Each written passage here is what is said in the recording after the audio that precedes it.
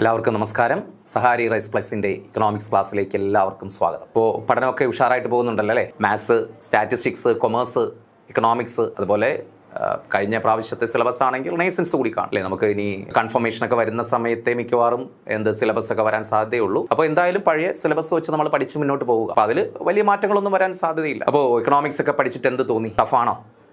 കാരണം economics base ഉള്ളവർക്ക് വലിയ പ്രശ്നമില്ല, എങ്കിലും കുറച്ച് ലാഗ് വന്നിട്ടുള്ളവരാണെങ്കിൽ പ്രശ്നമാണല്ലേ. അപ്പോൾ എന്തായാലും നമുക്ക് വളരെ സിമ്പിളായിട്ട് തന്നെ ഇക്കണോമിക്സ് പഠിച്ചു തുടങ്ങാം. അപ്പോൾ നമ്മളിന്ന് സെക്കൻഡ് മൊഡ്യൂളാണ് എടുക്കുന്നത്, macro economic theory and applications. അപ്പോൾ ഫസ്റ്റ് മൊഡ്യൂളിൽ നമ്മൾ യൂട്ടിലിറ്റിയെ കുറിച്ചും ഡിമാൻഡ്, കൺസ്യൂമർ ബിഹേവിയർ അതൊക്കെ പഠിച്ചിട്ടുണ്ടാവും അല്ലേ? അപ്പോൾ ഇവിടെ നമ്മൾ നാഷണൽ ഇൻകത്തെ കുറിച്ചൊക്കെയാണ് ഡിസ്കസ് ചെയ്യുന്നത്. അപ്പോൾ അതിന് മുന്നേ എന്തെങ്കിലും ടെൻഷൻസ് ഒക്കെ ഉണ്ടെങ്കിൽ ആദ്യമേ അതിനെ മാറ്റി വയ്ക്കുക കേട്ടോ. പിന്നെ നിങ്ങൾക്ക് ക്രാക്ക് ചെയ്യാൻ പറ്റുന്ന ഒരു പ്രധാനപ്പെട്ട ജോലിയാണ് നമ്മുടെ സ്റ്റാറ്റിസ്റ്റിക്കൽ അസിസ്റ്റന്റ് ഗ്രേഡ് 2 എന്ന് പറയുന്നത്.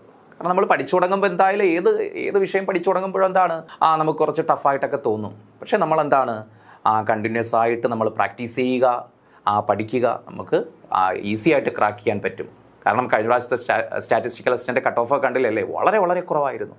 മാത്രമല്ല ഫസ്റ്റ് റാങ്ക് കിട്ടിയതൊക്കെ എന്താണ് 50 മാർക്ക് അതിൽ താഴെയൊക്കെ ആയിരുന്നു ഫസ്റ്റ് റാങ്ക് മേടിച്ചവർ പോലും. അപ്പോൾ നമുക്ക് അതുപോലെ ഒരു 50-60 മാർക്കിന് മുകളിലൊക്കെ മേടിക്കാൻ പറ്റിക്കഴിഞ്ഞാൽ വളരെ ഈസി ആയിട്ട് നമുക്ക് ക്രാക്ക് ചെയ്യാൻ പറ്റും. മാത്രമല്ല കഴിഞ്ഞ പ്രാവശ്യത്തിനേക്കാളും വേക്കൻസി ഉണ്ടെന്നാണ് അറിയാൻ സാധിച്ചത്. ബന്ധപ്പെട്ട ഡിപ്പാർട്ട്മെൻറ്റുമായിട്ടൊക്കെ അന്വേഷിച്ചപ്പോൾ അറിയാൻ സാധിച്ചത് കഴിഞ്ഞ പ്രാവശ്യത്തിനേക്കാളും വേക്കൻസികൾ വരാൻ സാധ്യതയുണ്ട്, അല്ലെങ്കിൽ വേക്കൻസികളുണ്ട് എന്നാണ്. അപ്പോൾ അതുകൊണ്ട് യാതൊരു ടെൻഷനും വേണ്ട, പഠിക്കുക, നന്നായിട്ട് മുന്നോട്ട് പോവുക. കാരണം ഇപ്പോൾ മാത്സുകാരെ സംബന്ധിച്ച്, സ്റ്റാറ്റിസ്റ്റിക്കാരെ സംബന്ധിച്ച് ഇക്കണോമിക്സും കൊമേഴ്സൊക്കെ കുറച്ച് പ്രശ്നമായിരിക്കും. പക്ഷേ കണ്ടിന്യൂസ് ആയിട്ട് നമ്മൾ പഠിച്ചു കഴിഞ്ഞാൽ ഈസി ആയിട്ട് നമുക്ക് മനസ്സിലാക്കാൻ സാധിക്കും. അതുപോലെ നേരെ തിരിച്ചും. അപ്പോൾ ഏതിലാണോ നമുക്ക് അല്പം വീക്ക്നെസ് ഉള്ളത് അതിന് കൂടുതൽ ഇമ്പോർട്ടൻസ് കൊടുക്കുക, അത് നന്നായിട്ട് പഠിച്ച് മുന്നോട്ട് പോകുക. അപ്പോൾ യാതൊരു ടെൻഷനും വേണ്ട, ഈസി ആയിട്ട് നമുക്കിത് ക്രാക്ക് ചെയ്യാൻ സാധിക്കും. കാരണം ജനറൽ PSC ആകുമ്പോൾ നിങ്ങൾക്ക് അറിയാമല്ലോ, ഇഷ്ടംപോലെ പഠിക്കാനുണ്ട് നമുക്കല്ലേ?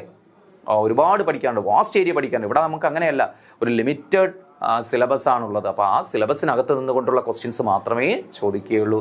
അപ്പോൾ വളരെ നന്നായിട്ട് വർക്ക് ചെയ്ത് കഴിഞ്ഞാൽ ഈസി ആയിട്ട് നമുക്കിത് ജോലി മേടിച്ചെടുക്കാൻ പറ്റും. അപ്പോൾ ഓക്കെ, നമുക്ക് സ്റ്റാർട്ട് ചെയ്താലോ? അപ്പോൾ നമ്മുടെ സെക്കൻഡ് മൊഡ്യൂളാണ് macro economic theory and applications. ഇതാണ് നമ്മുടെ ടോപ്പിക്ക്, അല്ലെങ്കിൽ നമുക്ക് പഠിക്കേണ്ട സെക്കൻഡ് മൊഡ്യൂൾ എന്ന് പറയുന്നത്. അപ്പോൾ മാക്രോ ഇക്കോണമിയെ കുറിച്ച് നിങ്ങൾ കേട്ടിട്ടുണ്ടാകും അല്ലേ? മാക്രോ ഇക്കണോമിക്സിൻ്റെ 2 ബ്രാഞ്ചുകളാണ്. അപ്പോൾ മൈക്രോയിൽ നമ്മൾ എന്താണ്, ഓരോന്നിനും ഇൻഡിവിജ്വൽ ആയിട്ടുള്ള കാര്യങ്ങളാണ് നമ്മൾ ഡിസ്കസ് ചെയ്യുന്നത്, ഇൻഡിവിജ്വൽ തിങ്സിനെ കുറിച്ചാണ് നമ്മൾ ഡിസ്കസ് ചെയ്യുന്നത്. എങ്കിൽ ഇവിടെ എന്താണ്, ആഗ്രിഗേറ്റിനെ കുറിച്ച്, ടോട്ടാലിറ്റിയെ കുറിച്ചാണ് നമ്മൾ ഇവിടെ പഠിക്കുന്നത്. ഈ മൊഡ്യൂളിൽ നമ്മൾ പഠിക്കുന്നത് എന്താണ്, ടോട്ടാലിറ്റിയെ കുറിച്ചാണ് ഡിസ്കസ് ചെയ്യുന്നത്. അപ്പോൾ പിന്നെ ടോട്ടൽ ഇക്കോണമിയെ കുറിച്ചാണ് നമ്മൾ ഡിസ്കസ് ചെയ്യുന്നത്, അല്ലെങ്കിൽ ഇവിടെ നമ്മൾ ഗവൺമെന്റ് പോളിസീസ്, അല്ലെങ്കിൽ ഇക്കണോമിക് പോളിസീസ്, ഇതൊക്കെയാണ് നമ്മൾ ഡിസ്കസ് ചെയ്യുന്നത്. അപ്പോൾ നമ്മൾ കൂടുതൽ പഠിച്ചു വരുമ്പോൾ ഈ മൊഡ്യൂളിൽ കൂടുതൽ ടോപ്പിക്സ് എടുത്ത് പോകുമ്പോൾ നിങ്ങൾക്ക് മനസ്സിലാക്കാൻ സാധിക്കും. അപ്പോൾ നമുക്കിവിടെ പോയാൽ ഇവിടെ നമുക്ക് ഫസ്റ്റ് ടോപ്പിക് എന്ന് പറയുന്നത് ഈ മൊഡ്യൂളിൽ സെക്കൻഡ് മൊഡ്യൂളാണ്. ഓർക്കുക, സെക്കൻഡ് മൊഡ്യൂൾ എന്താണ്, macro economic theory and applications. അപ്പോൾ ഇവിടെ നമ്മൾ ആദ്യം പഠിക്കുന്നത് വളരെ പ്രധാനപ്പെട്ട ഒരു ടോപ്പിക്കാണ്, നാഷണൽ ഇൻകം അക്കൗണ്ടിങ്. എല്ലാ ഡിഗ്രി ലെവൽ എക്സാം ഉൾപ്പെടെ, അതുപോലെ നമ്മുടെ എക്സാമിന്, അതുപോലെ മറ്റ് ഡിഗ്രി ലെവൽ എക്സാമിന് പ്രധാനപ്പെട്ട, അതുപോലെ HSA, അങ്ങനെ HST, ഇങ്ങനെയുള്ള എക്സാമുകൾക്കെല്ലാം ഏറ്റവും പ്രധാനപ്പെട്ട ഒരു ഭാഗമാണ് നാഷണൽ ഇൻകം അക്കൗണ്ടിങ് എന്ന് പറയുന്നത്, ദേശീയ വരുമാനം കണക്കാക്കൽ എന്ന് പറയുന്നത്. അപ്പോൾ നമുക്ക് നോക്കിയാൽ എന്താണ് നാഷണൽ ഇൻകം? ആദ്യം നമുക്ക് നോക്കാം, ദേശീയ വരുമാനം എന്താണ്. അപ്പോൾ നമുക്ക് പൊതുവേ നമുക്ക് പറയാം എന്താണ്, total income of an economy അല്ലേ? ഒരു ഇക്കോണമിയുടെ അല്ലെങ്കിൽ ഒരു രാജ്യത്തിൻ്റെ മൊത്തം വരുമാനത്തെ നമുക്ക് എന്തെന്ന് പറയാം, നാഷണൽ ഇൻകം, ദേശീയ വരുമാനം എന്ന് പറയാം. പക്ഷെ അങ്ങനെ പറഞ്ഞാൽ പോരാ, നമുക്ക് എന്താണ്, സിസ്റ്റമാറ്റിക് ആയിട്ട് തന്നെ പഠിച്ചു വയ്ക്കണം എന്താണ് ദേശീയ വരുമാനം. എക്സാം പോയിന്റ് ഓഫ് വ്യൂവിൽ എന്താണ് ദേശീയ വരുമാനം എന്ന് നോക്കാം നമുക്ക്. National income means the total value of goods and services produced annually in a country. എന്താണ് national income? National income means the total value of goods and services produced annually in a country.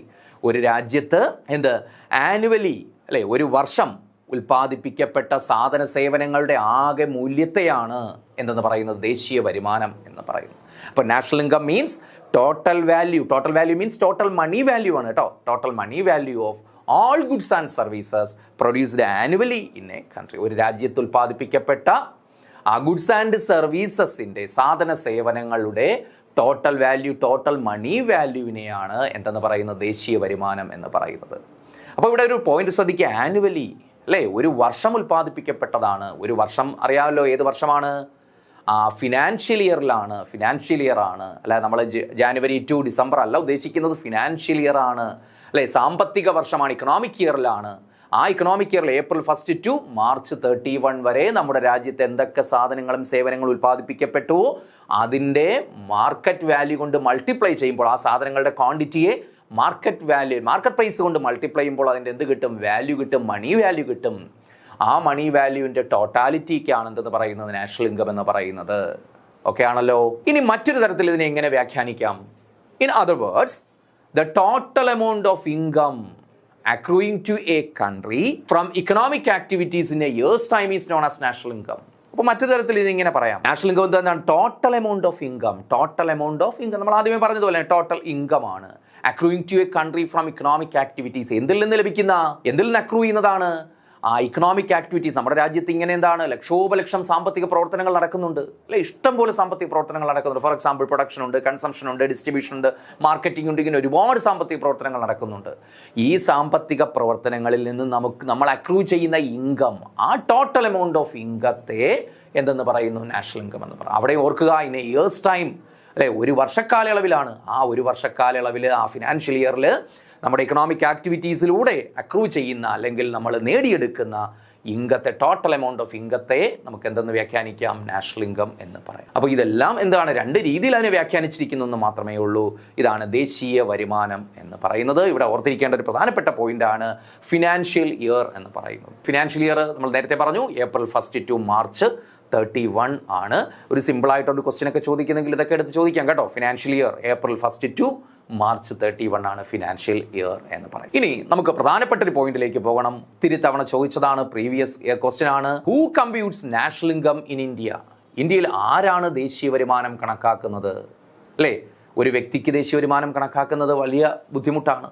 അപ്പോൾ അത് വലിയൊരു പ്രോസസ്സാണ്. ഒരു വർഷക്കാലയളവിൽ India പോലൊരു രാജ്യത്ത് എന്താണ്? ഒരുപാട് അല്ലേ സാമ്പത്തിക പ്രവർത്തനങ്ങൾ നടക്കുന്നുണ്ട്. അതെല്ലാം കൂടി ഉൾപ്പെടുത്തി ദേശീയ വരുമാനം കണക്കാക്കുന്ന ആരാണ്? അല്ലെ, പലർക്കും അറിയാമായിരിക്കും. ദേശീയ വരുമാനം കണക്കാക്കുന്ന ഏജൻസിയുടെ പേരെന്താണ്? NSO, നാഷണൽ സ്റ്റാറ്റിസ്റ്റിക്സ് ഓഫീസ് എന്നാണ്. NSO എന്നാണ്, നാഷണൽ സ്റ്റാറ്റിസ്റ്റിക്കൽ ഓഫീസ് ആണ് ഇന്ത്യയിൽ എന്ത് കണക്കാക്കുന്നത്? ദേശീയ വരുമാനം കണക്കാക്കുന്നത്.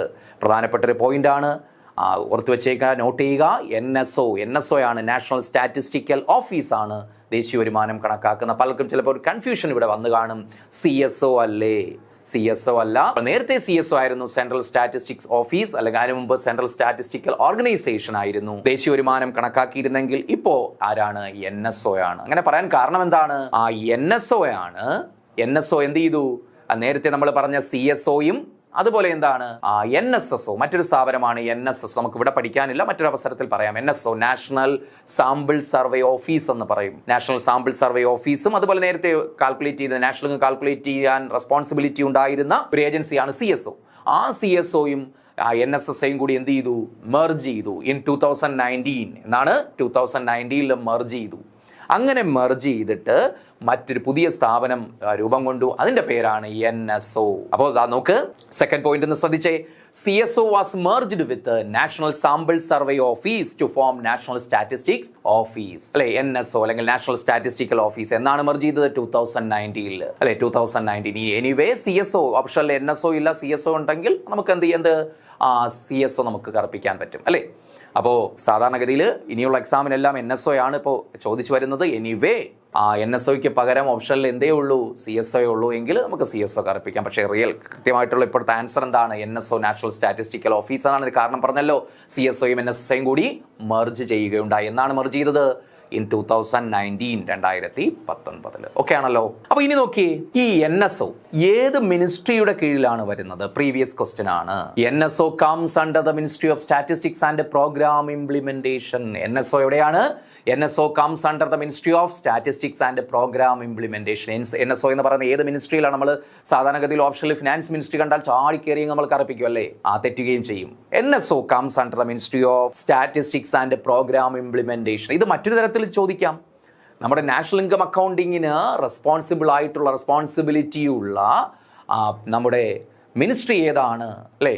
മന്ത്രിസഭ വകുപ്പ് ഏതാണെന്ന് ചോദിച്ചാൽ പറയുക ministry of statistics and programme implementation. ഏതാണ്ട് NSO comes under the ministry of statistics and programme implementation. അതാണ് എന്തിന് റെസ്പോൺസിബിലിറ്റി ഉള്ളത്? National income calculation. അപ്പോൾ രണ്ട് രീതിയിൽ ആ പോയിന്റ് ചോദിക്കാം. NSO നാഷണൽ ഇൻകം അക്കൗണ്ടിങ്ങിൽ റെസ്പോൺസിബിലിറ്റി ഉള്ള NSO ഏത് മിനിസ്ട്രിയിലാണ് വരുന്നതെന്ന് ചോദിക്കാം. അല്ലെങ്കിൽ ചോദിക്കാം നാഷണൽ ഇൻകം അക്കൗണ്ടിങ് ഏത് മിനിസ്ട്രിയുടെ റെസ്പോൺസിബിലിറ്റി ആണെന്ന് ചോദിക്കാം. ഏത് മിനിസ്ട്രിയാണ്? Ministry of statistics and programme implementation. ഈ 2 പോയിന്റും വളരെ വളരെ ഇമ്പോർട്ടൻ്റ് ആണ്. നോട്ട് ചെയ്യുക, കൃത്യമായിട്ട് പഠിച്ചു വയ്ക്കുക, ഇപ്പോൾ തന്നെ അത് പഠിച്ചു വയ്ക്കുക. അപ്പോൾ ഇനി നമ്മൾ ഡിസ്കസ് ചെയ്യാൻ പോകുന്നത് history of national income accounting in India. ഇന്ത്യയിലെ ദേശീയ വരുമാന കണക്കാക്കലിൻ്റെ ചരിത്രം എന്താ? അപ്പോൾ ഇത് ഞാൻ പറഞ്ഞു വളരെ വലിയൊരു പ്രോസസ്സാണ്. പ്രത്യേകിച്ച് ഇന്ത്യ പോലുള്ള രാജ്യത്ത്, ഇത്രയും കോടി ജനസംഖ്യയുള്ള, ഇത്രത്തോളം ഇക്കണോമിക് ആക്ടിവിറ്റീസ് നടക്കുന്ന ഒരു രാജ്യത്ത് വളരെ വളരെ ഇമ്പോർട്ടൻ്റ് ആയിട്ടുള്ള ഒരു പ്രോസസ്സാണ് ഏത്? National income accounting. അതിൻ്റെ ചരിത്രം എവിടെയാണ് സ്റ്റാർട്ട് ചെയ്യുന്നത്? എങ്ങനെയാണ് നാഷണൽ ഇൻകം അക്കൗണ്ടിങ് എന്ന പ്രോസസ്സ് ഇന്ത്യയിൽ ആരംഭിച്ചത്? ആരാണ് ദേശീയ വരുമാനം കണക്കാക്കലിന് തുടക്കമിട്ടത്? ഇപ്പോൾ ഫസ്റ്റ് പോയിന്റ്, പ്രീവിയസ് ക്വസ്റ്റ്യൻ കൂടിയാണത്, ദാദാഭായ് നവറോജി അല്ലേ, grand old man of India. ഹിസ്റ്ററിയൊക്കെ പഠിച്ചിട്ടുള്ളവർക്ക് അറിയാം, grand old man of India അല്ലെ, ഇന്ത്യയുടെ വന്ധ്യ വയോധികൻ എന്നറിയപ്പെടുന്ന Dadabhai Naoroji who made the first attempt to estimate national income in India. ഇന്ത്യയിലെ ദേശീയ വരുമാനം കണക്കാക്കാനായിട്ട് ആദ്യത്തെ അറ്റംപ്റ്റ് നടത്തിയ അല്ലേ, ഒരു അറ്റംപ്റ്റ് എന്ന വാക്കാണ് ഉപയോഗിച്ചിരിക്കുന്നത്. കാരണം അതിലൊരു പൂർണ്ണത ഉണ്ടായിരുന്നില്ല, കൃത്യമായിട്ടുള്ളൊരു കാൽക്കുലേഷൻ ഒന്നും ആയിരുന്നില്ല. എങ്കിലും ഇന്ത്യയിൽ ആദ്യമായിട്ട് ദേശീയ വരുമാനം കണക്കാക്കിയ ഇക്കോണമിസ്റ്റ് ആരാണെന്ന് ചോദിച്ചാൽ പറയുക, ആരാണ് ദേശീയ വരുമാനം കണക്കാക്കിയത്? ദാദാഭായ് നവറോജിയാണ്. ദാദാഭായ് നവറോജി ഒത്തിരി തവണ ചോദിച്ചിട്ടുള്ള ഒരു ക്വസ്റ്റ്യൻ കൂടിയാണ്, ഓർക്കുക. Dadabhai Naoroji who made the first attempt to estimate national income in India. Okay, ഇനി മറ്റൊരു പേര് കൂടി അവിടെ നിങ്ങൾ ഓർത്തിരിക്കണം, കൃത്യമായിട്ട് മനസ്സിലാക്കുക. മറ്റൊരു പേര് professor VKRV Rao. Professor VKRV Rao estimated national income in a more reliable and scientific basis. അവിടെ ചോദിക്കുന്ന ഒരു ക്വസ്റ്റ്യൻ ഇതാണ്, സയന്റിഫിക് ബേസിസിൽ who estimate national income in India in a scientific basis അല്ലേ, ഒരു ശാസ്ത്രീയമായ രീതിയിൽ. ദാദാഭായ് നവറോജി, അതുപോലെ അദ്ദേഹത്തിന് ശേഷം വന്ന കുറച്ച് പേരൊക്കെ ഉണ്ട്, RC ദേശായി, ഫിൻലേഷ് റാസ്, ഇങ്ങനെ പേരൊക്കെ ഉണ്ട്. അപ്പോൾ ഇവർക്ക് എന്താണ്, ഒരു സയന്റിഫിക് ആയിട്ടല്ല ഇവർ നാഷണൽ ഇൻകം കാൽക്കുലേറ്റ് ചെയ്തത്. അങ്ങനെ വെച്ചാൽ അവരുടെ കാൽക്കുലേഷൻസ് എന്താണ്, വലിയ സിഗ്നിഫിക്കൻസ് ഒന്നും ഉണ്ടായിരുന്നില്ല. എന്നാൽ അതിനുശേഷം വന്ന VKRV റാവു, ഇതൊക്കെ എന്താണ്, ഇൻഡിപെൻഡൻസിന് മുമ്പാണ് കേട്ടോ, ഓർക്കുക. ബ്രിട്ടീഷ് പീരീഡിലാണ് ഇവർ കാൽക്കുലേറ്റ് ചെയ്തത്, ഇൻഡിപെൻഡൻസിന് മുമ്പാണ്, 1947 മുൻപാണ്. Professor VKRV Rao estimated national income in a more reliable and scientific basis. വളരെ റിലയബിൾ ആയിട്ട്, വിശ്വസനീയമായ രീതിയിൽ, സയന്റിഫിക് ആയിട്ട്, ശാസ്ത്രീയമായ രീതിയിൽ ദേശീയ വരുമാനം കണക്കാക്കി ആരെന്ന് ചോദിച്ചാൽ പറയുക, ദ ഇക്കോണമിസ്റ്റ് VKRV റാവു ആണ്. VKRV റാവു, മറക്കരുത്, VKRV റാവു ആണ് ഇന്ത്യയുടെ ദേശീയ വരുമാനം കണക്കാക്കിയ സയന്റിഫിക് ആയിട്ട് കാൽക്കുലേറ്റ് ചെയ്ത വ്യക്തി. ഇവിടെ നിങ്ങൾ ഓർത്തിരിക്കേണ്ട ഇതുമായി ബന്ധപ്പെട്ട മറ്റൊരു പ്രധാനപ്പെട്ട പോയിന്റ് ഉണ്ട്. ഇന്ത്യക്ക് ഇൻഡിപെൻഡൻസിന് ശേഷം government of India established a committee called the national income committee. National income, ദേശീയ വരുമാന സമിതി എന്ന് പറയും. അതിനാണ് ഫോം ചെയ്തത് ഇൻ 1949 ഫോം ചെയ്തത്. Chaired by professor PC Mahalanobis അല്ലെ, ഇന്ത്യൻ ബഡ്ജറ്റിന്റെ പിതാവെന്നൊക്കെ അറിയപ്പെടുന്ന PC മഹലനോബിസ്. പേര് പലരും കേട്ടിട്ടുണ്ടായിരിക്കും, അല്ലെങ്കിൽ ഓർക്കുക. PC മഹലനോബിസ് ചെയർമാൻ ആയിക്കൊണ്ട് 1949 ഗവൺമെന്റ് ഓഫ് ഇന്ത്യ എന്ത് established? National income committee. National income committee form ചെയ്തു ഇൻ 1949 അല്ലെ. മാച്ച് ദ ഫോളോയിങ്, പുതിയ എക്സാം പാറ്റേൺ അനുസരിച്ച് മാച്ച് ദ ഫോളോയിങ് ഒക്കെ ഉണ്ടാകും. അപ്പോൾ അതിൽ ഓർക്കുക, government of India establish national income calculate ചെയ്യാനായിട്ട് ഒരു കമ്മിറ്റി അപ്പോയിന്റ് ചെയ്തു. ആ കമ്മിറ്റിയുടെ പേരാണ് എന്ത്? നാഷണൽ ഇൻകം കമ്മിറ്റി എന്നാണ് അപ്പോയിന്റ് ചെയ്തത് ഇൻ 1949. അതിൻ്റെ ചെയർമാൻ ആരായിരുന്നു? PC മഹലനോബിസ്. അപ്പോൾ ഈ 3 പോയിന്റ് ക്ലിയർ ആയല്ലോ. ഈ പോയിന്റ്, ഇത് 3 പ്രീവിയസ് ക്വസ്റ്റ്യൻസ് തന്നെയാണ്. ഓക്കെ, അപ്പോൾ ഇനി നമ്മൾ നെക്സ്റ്റ് ഭാഗത്തേക്ക് പോവുകയാണ്. വളരെ വളരെ പ്രധാനപ്പെട്ട ഒരു ഭാഗത്തേക്കാണ് പോകുന്നത്, concepts of national income.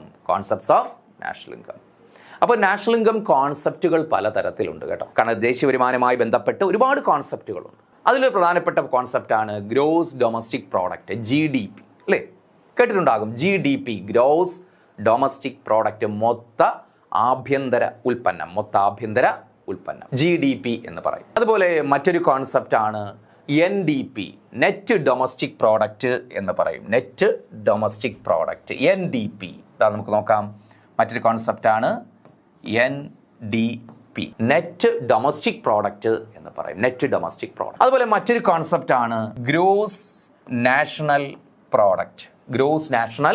Product എന്ന് പറയും. GNP എന്ന് പറയും. അതുപോലെ മറ്റൊരു concept NNP, net national product. അപ്പോൾ ഇവ തമ്മിലുള്ള ഡിഫറൻസ് ഒക്കെ നമുക്ക് അറിഞ്ഞിരിക്കണം. നാഷണൽ ഇൻകം കാൽക്കുലേഷനിൽ പ്രധാനപ്പെട്ട കമ്പോണൻസുകളാണ്, അല്ലെങ്കിൽ നാഷണൽ ഇൻകം കോൺസെപ്റ്റുകളാണ് ഇവയെന്ന് പറയുന്നത്. ഓക്കെ, അപ്പോൾ ആരൊക്കെയാണ്? NDP, GNP, NNP, അതുപോലെ ഗ്രോസ് ഡൊമസ്റ്റിക് പ്രോഡക്റ്റ് GDP.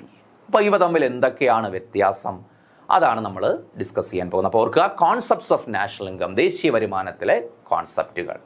അപ്പോൾ എന്താണ് നമുക്ക് നോക്കാം. ഇപ്പോൾ GDP, gross domestic product. GDP is the total value of goods and services produced within the country during a year. അപ്പോൾ GDP എന്താണ്ടേ? GDP is the total value of goods and services, അല്ലെ? Goods and സർവീസസിന്റെ total value, നമ്മുടെ ഇക്കോണമിയിൽ produce ചെയ്യപ്പെട്ട goods and സർവീസിന്റെ total value. Produced within the country, ആ point ഓർക്കുക. പ്രൊഡ്യൂസ്ഡ് വിത്തിൻ ദ കൺട്രി, ഒരു രാജ്യത്തിനകത്ത് ഉൽപ്പാദിപ്പിച്ച സാധന സേവനങ്ങളാണ്, മറക്കരുത്. വിത്തിൻ ദ കൺട്രി, അല്ലെങ്കിൽ എന്താണ്, ഒരു ഇക്കോണമിയുടെ ഡൊമസ്റ്റിക് ടെറിട്ടറിയിൽ, അങ്ങനെയും നമുക്കതിനെ പറയാം. ഒരു രാജ്യത്തിന്റെ ഡൊമസ്റ്റിക് ടെറിട്ടറിയിൽ എന്ന് വെച്ചാൽ ഒരു രാജ്യത്തിന്റെ ആഭ്യന്തര പ്രദേശത്തിനകത്ത് ഒരു വർഷക്കാലയളവിൽ ഉൽപ്പാദിപ്പിക്കപ്പെട്ട സാധന സേവനങ്ങളുടെ മണി വാല്യൂവിനെ പറയുന്ന പേരാണ് എന്ത്? GDP എന്ന് പറയുന്നത്. അപ്പോൾ GDP is the total value of goods and services produced within the country during a year. അപ്പോൾ ഒരു രാജ്യത്തെ ആഭ്യന്തര പ്രദേശത്തിനകത്ത് ഒരു വർഷക്കാലം ഉൽപ്പാദിപ്പിക്കപ്പെട്ട സാധന സേവനങ്ങളുടെ ആകെ പണമൂല്യമാണെന്ത്? GDP, ഗ്രോസ് ഡൊമസ്റ്റിക് പ്രോഡക്റ്റ്, മൊത്ത ആഭ്യന്തര ഉൽപ്പന്നം എന്ന് പറയുന്നത്. ക്ലിയർ ആണല്ലോ. നെക്സ്റ്റ് നമ്മൾ പറഞ്ഞു നെറ്റ് ഡൊമസ്റ്റിക് പ്രോഡക്റ്റ്, NDP. എന്താണ് NDP എന്ന് പറഞ്ഞാൽ? നെറ്റ് ഡൊമസ്റ്റിക് പ്രോഡക്റ്റ്, അല്ലെ? അവിടെ ഗ്രോസ്, നെറ്റ്. അപ്പോൾ ഈ നാഷണൽ ഇൻകം കോൺസെപ്റ്റുകളിൽ ഗ്രോസ്, നെറ്റ്, ഇവ തമ്മിലുള്ള ഒരു വ്യത്യാസം, ആ വ്യത്യാസം കൊണ്ടുവരുന്ന ഒരു കോൺസെപ്റ്റാണ് ഡിപ്രീസിയേഷൻ എന്ന് പറയും. ഡിപ്രീസിയേഷൻ, തേയ്മാനം എന്ന് പറയും. ഡിപ്രീസിയേഷൻ നമുക്ക് പഠിക്കാനുള്ള ടോപ്പിക്കാണ്. ഡിപ്രീസിയേഷൻ എന്താണ്? തേയ്മാനം. അപ്പോൾ net domestic product, next concept ഏതാണ്? Net domestic product. അപ്പോൾ ആ ഗ്രോസും നെറ്റും ഓർക്ക്, ആ കോൺസെപ്റ്റ് കണ്ടോ, ചെറിയൊരു വ്യത്യാസമുള്ളൂ. ഗ്രോസ് ഡൊമസ്റ്റിക് പ്രോഡക്റ്റ്, അതുപോലെ നെറ്റ് ഡൊമസ്റ്റിക് പ്രോഡക്റ്റ്. അപ്പോൾ ആ വ്യത്യാസം കൊണ്ടുവരുന്ന ഗ്രോസും അതുപോലെ പിന്നെ എന്താണ്, നെറ്റും തമ്മിലുള്ള വ്യത്യാസം കൊണ്ടുവരുന്നത് ആരെയാണ്? ഗ്രോസ് അതുപോലെ നെറ്റ്. ഈ ഡിഫറൻസ് കൊണ്ടുവരുന്നത് ആരാണെന്ന് ചോദിച്ചാൽ ആരാണ്? ഡിപ്രീസിയേഷൻ. ഡിപ്രീസിയേഷൻ, തേയ്മാനം. ഡിപ്രീസിയേഷൻ എന്താണ്? മലയാളം മീനിങ് എന്താണ്? തേയ്മാനം എന്ന് പറയും. അപ്പോൾ NDP is the net output of the economy during the year. അപ്പോൾ NDP is A net output of the economy during the year. അപ്പോൾ NDP എന്താണ്ട്? Net output of the economy during the year. ഒരു ഇക്കോണമിയിൽ produce ചെയ്യപ്പെടുന്ന gross output അല്ല, പിന്നെയോ net output, total output ഉള്ള net ഔട്ട്പുട്ടിനെ പറയുന്ന പേരാണെന്ത്? നെറ്റ് ഡൊമസ്റ്റിക് പ്രോഡക്റ്റ് എന്ന് പറയും. അപ്പോൾ NDPയുടെ ഇക്വേഷൻ നമുക്ക് നോക്കാം. അപ്പോൾ NDP is equal to GDP minus depreciation. NDP എന്താണ്? GDP minus depreciation. അപ്പോൾ NDP is equal to GDP minus depreciation. നമ്മൾ നേരത്തെ പറഞ്ഞ കോൺസെപ്റ്റ് ഉണ്ടല്ലോ, NDP is equal to GDP minus depreciation. വളരെ വളരെ പ്രധാനപ്പെട്ട ഒരു കോൺസെപ്റ്റാണ്. NDP is equal to GDP minus depreciation. ഇങ്ങനെയുള്ള പോയിന്റുകൾ കൃത്യമായിട്ട് മനസ്സിലാക്കി വയ്ക്കുക, പഠിച്ചു വയ്ക്കുക. കൃത്യമായിട്ട് ആ എക്സാമിന് ചോദിക്കുകയും ചെയ്യും. NDP, net domestic product, is equal to GDP, gross domestic product minus depreciation. അപ്പോൾ അവിടെ നിന്ന് നിങ്ങൾക്ക് മറ്റൊരു ഇക്വേഷൻ ഫോം ചെയ്യാൻ പറ്റുമല്ലോ. എന്താണ് ആ GDP ഫോം ചെയ്യാൻ പറ്റുമല്ലോ. അവിടെ നിന്ന് GDPയുടെ ഇക്വേഷൻ എങ്ങനെ ഫോം ചെയ്യാം? GDP ഈസ് ഈക്വൽ ടു എന്ന് പറഞ്ഞു നോക്കിയേ. GDP is equal to NDP plus depreciation. NDP plus depreciation. ഞാൻ ഡിപ്രീസിയേഷൻ D മാത്രമേ ഒന്ന് ഡിനോട്ട് ചെയ്തിട്ടുള്ളൂ. GDP is equal to NDP plus depreciation. NDP plus depreciation. Okay ആണല്ലോ.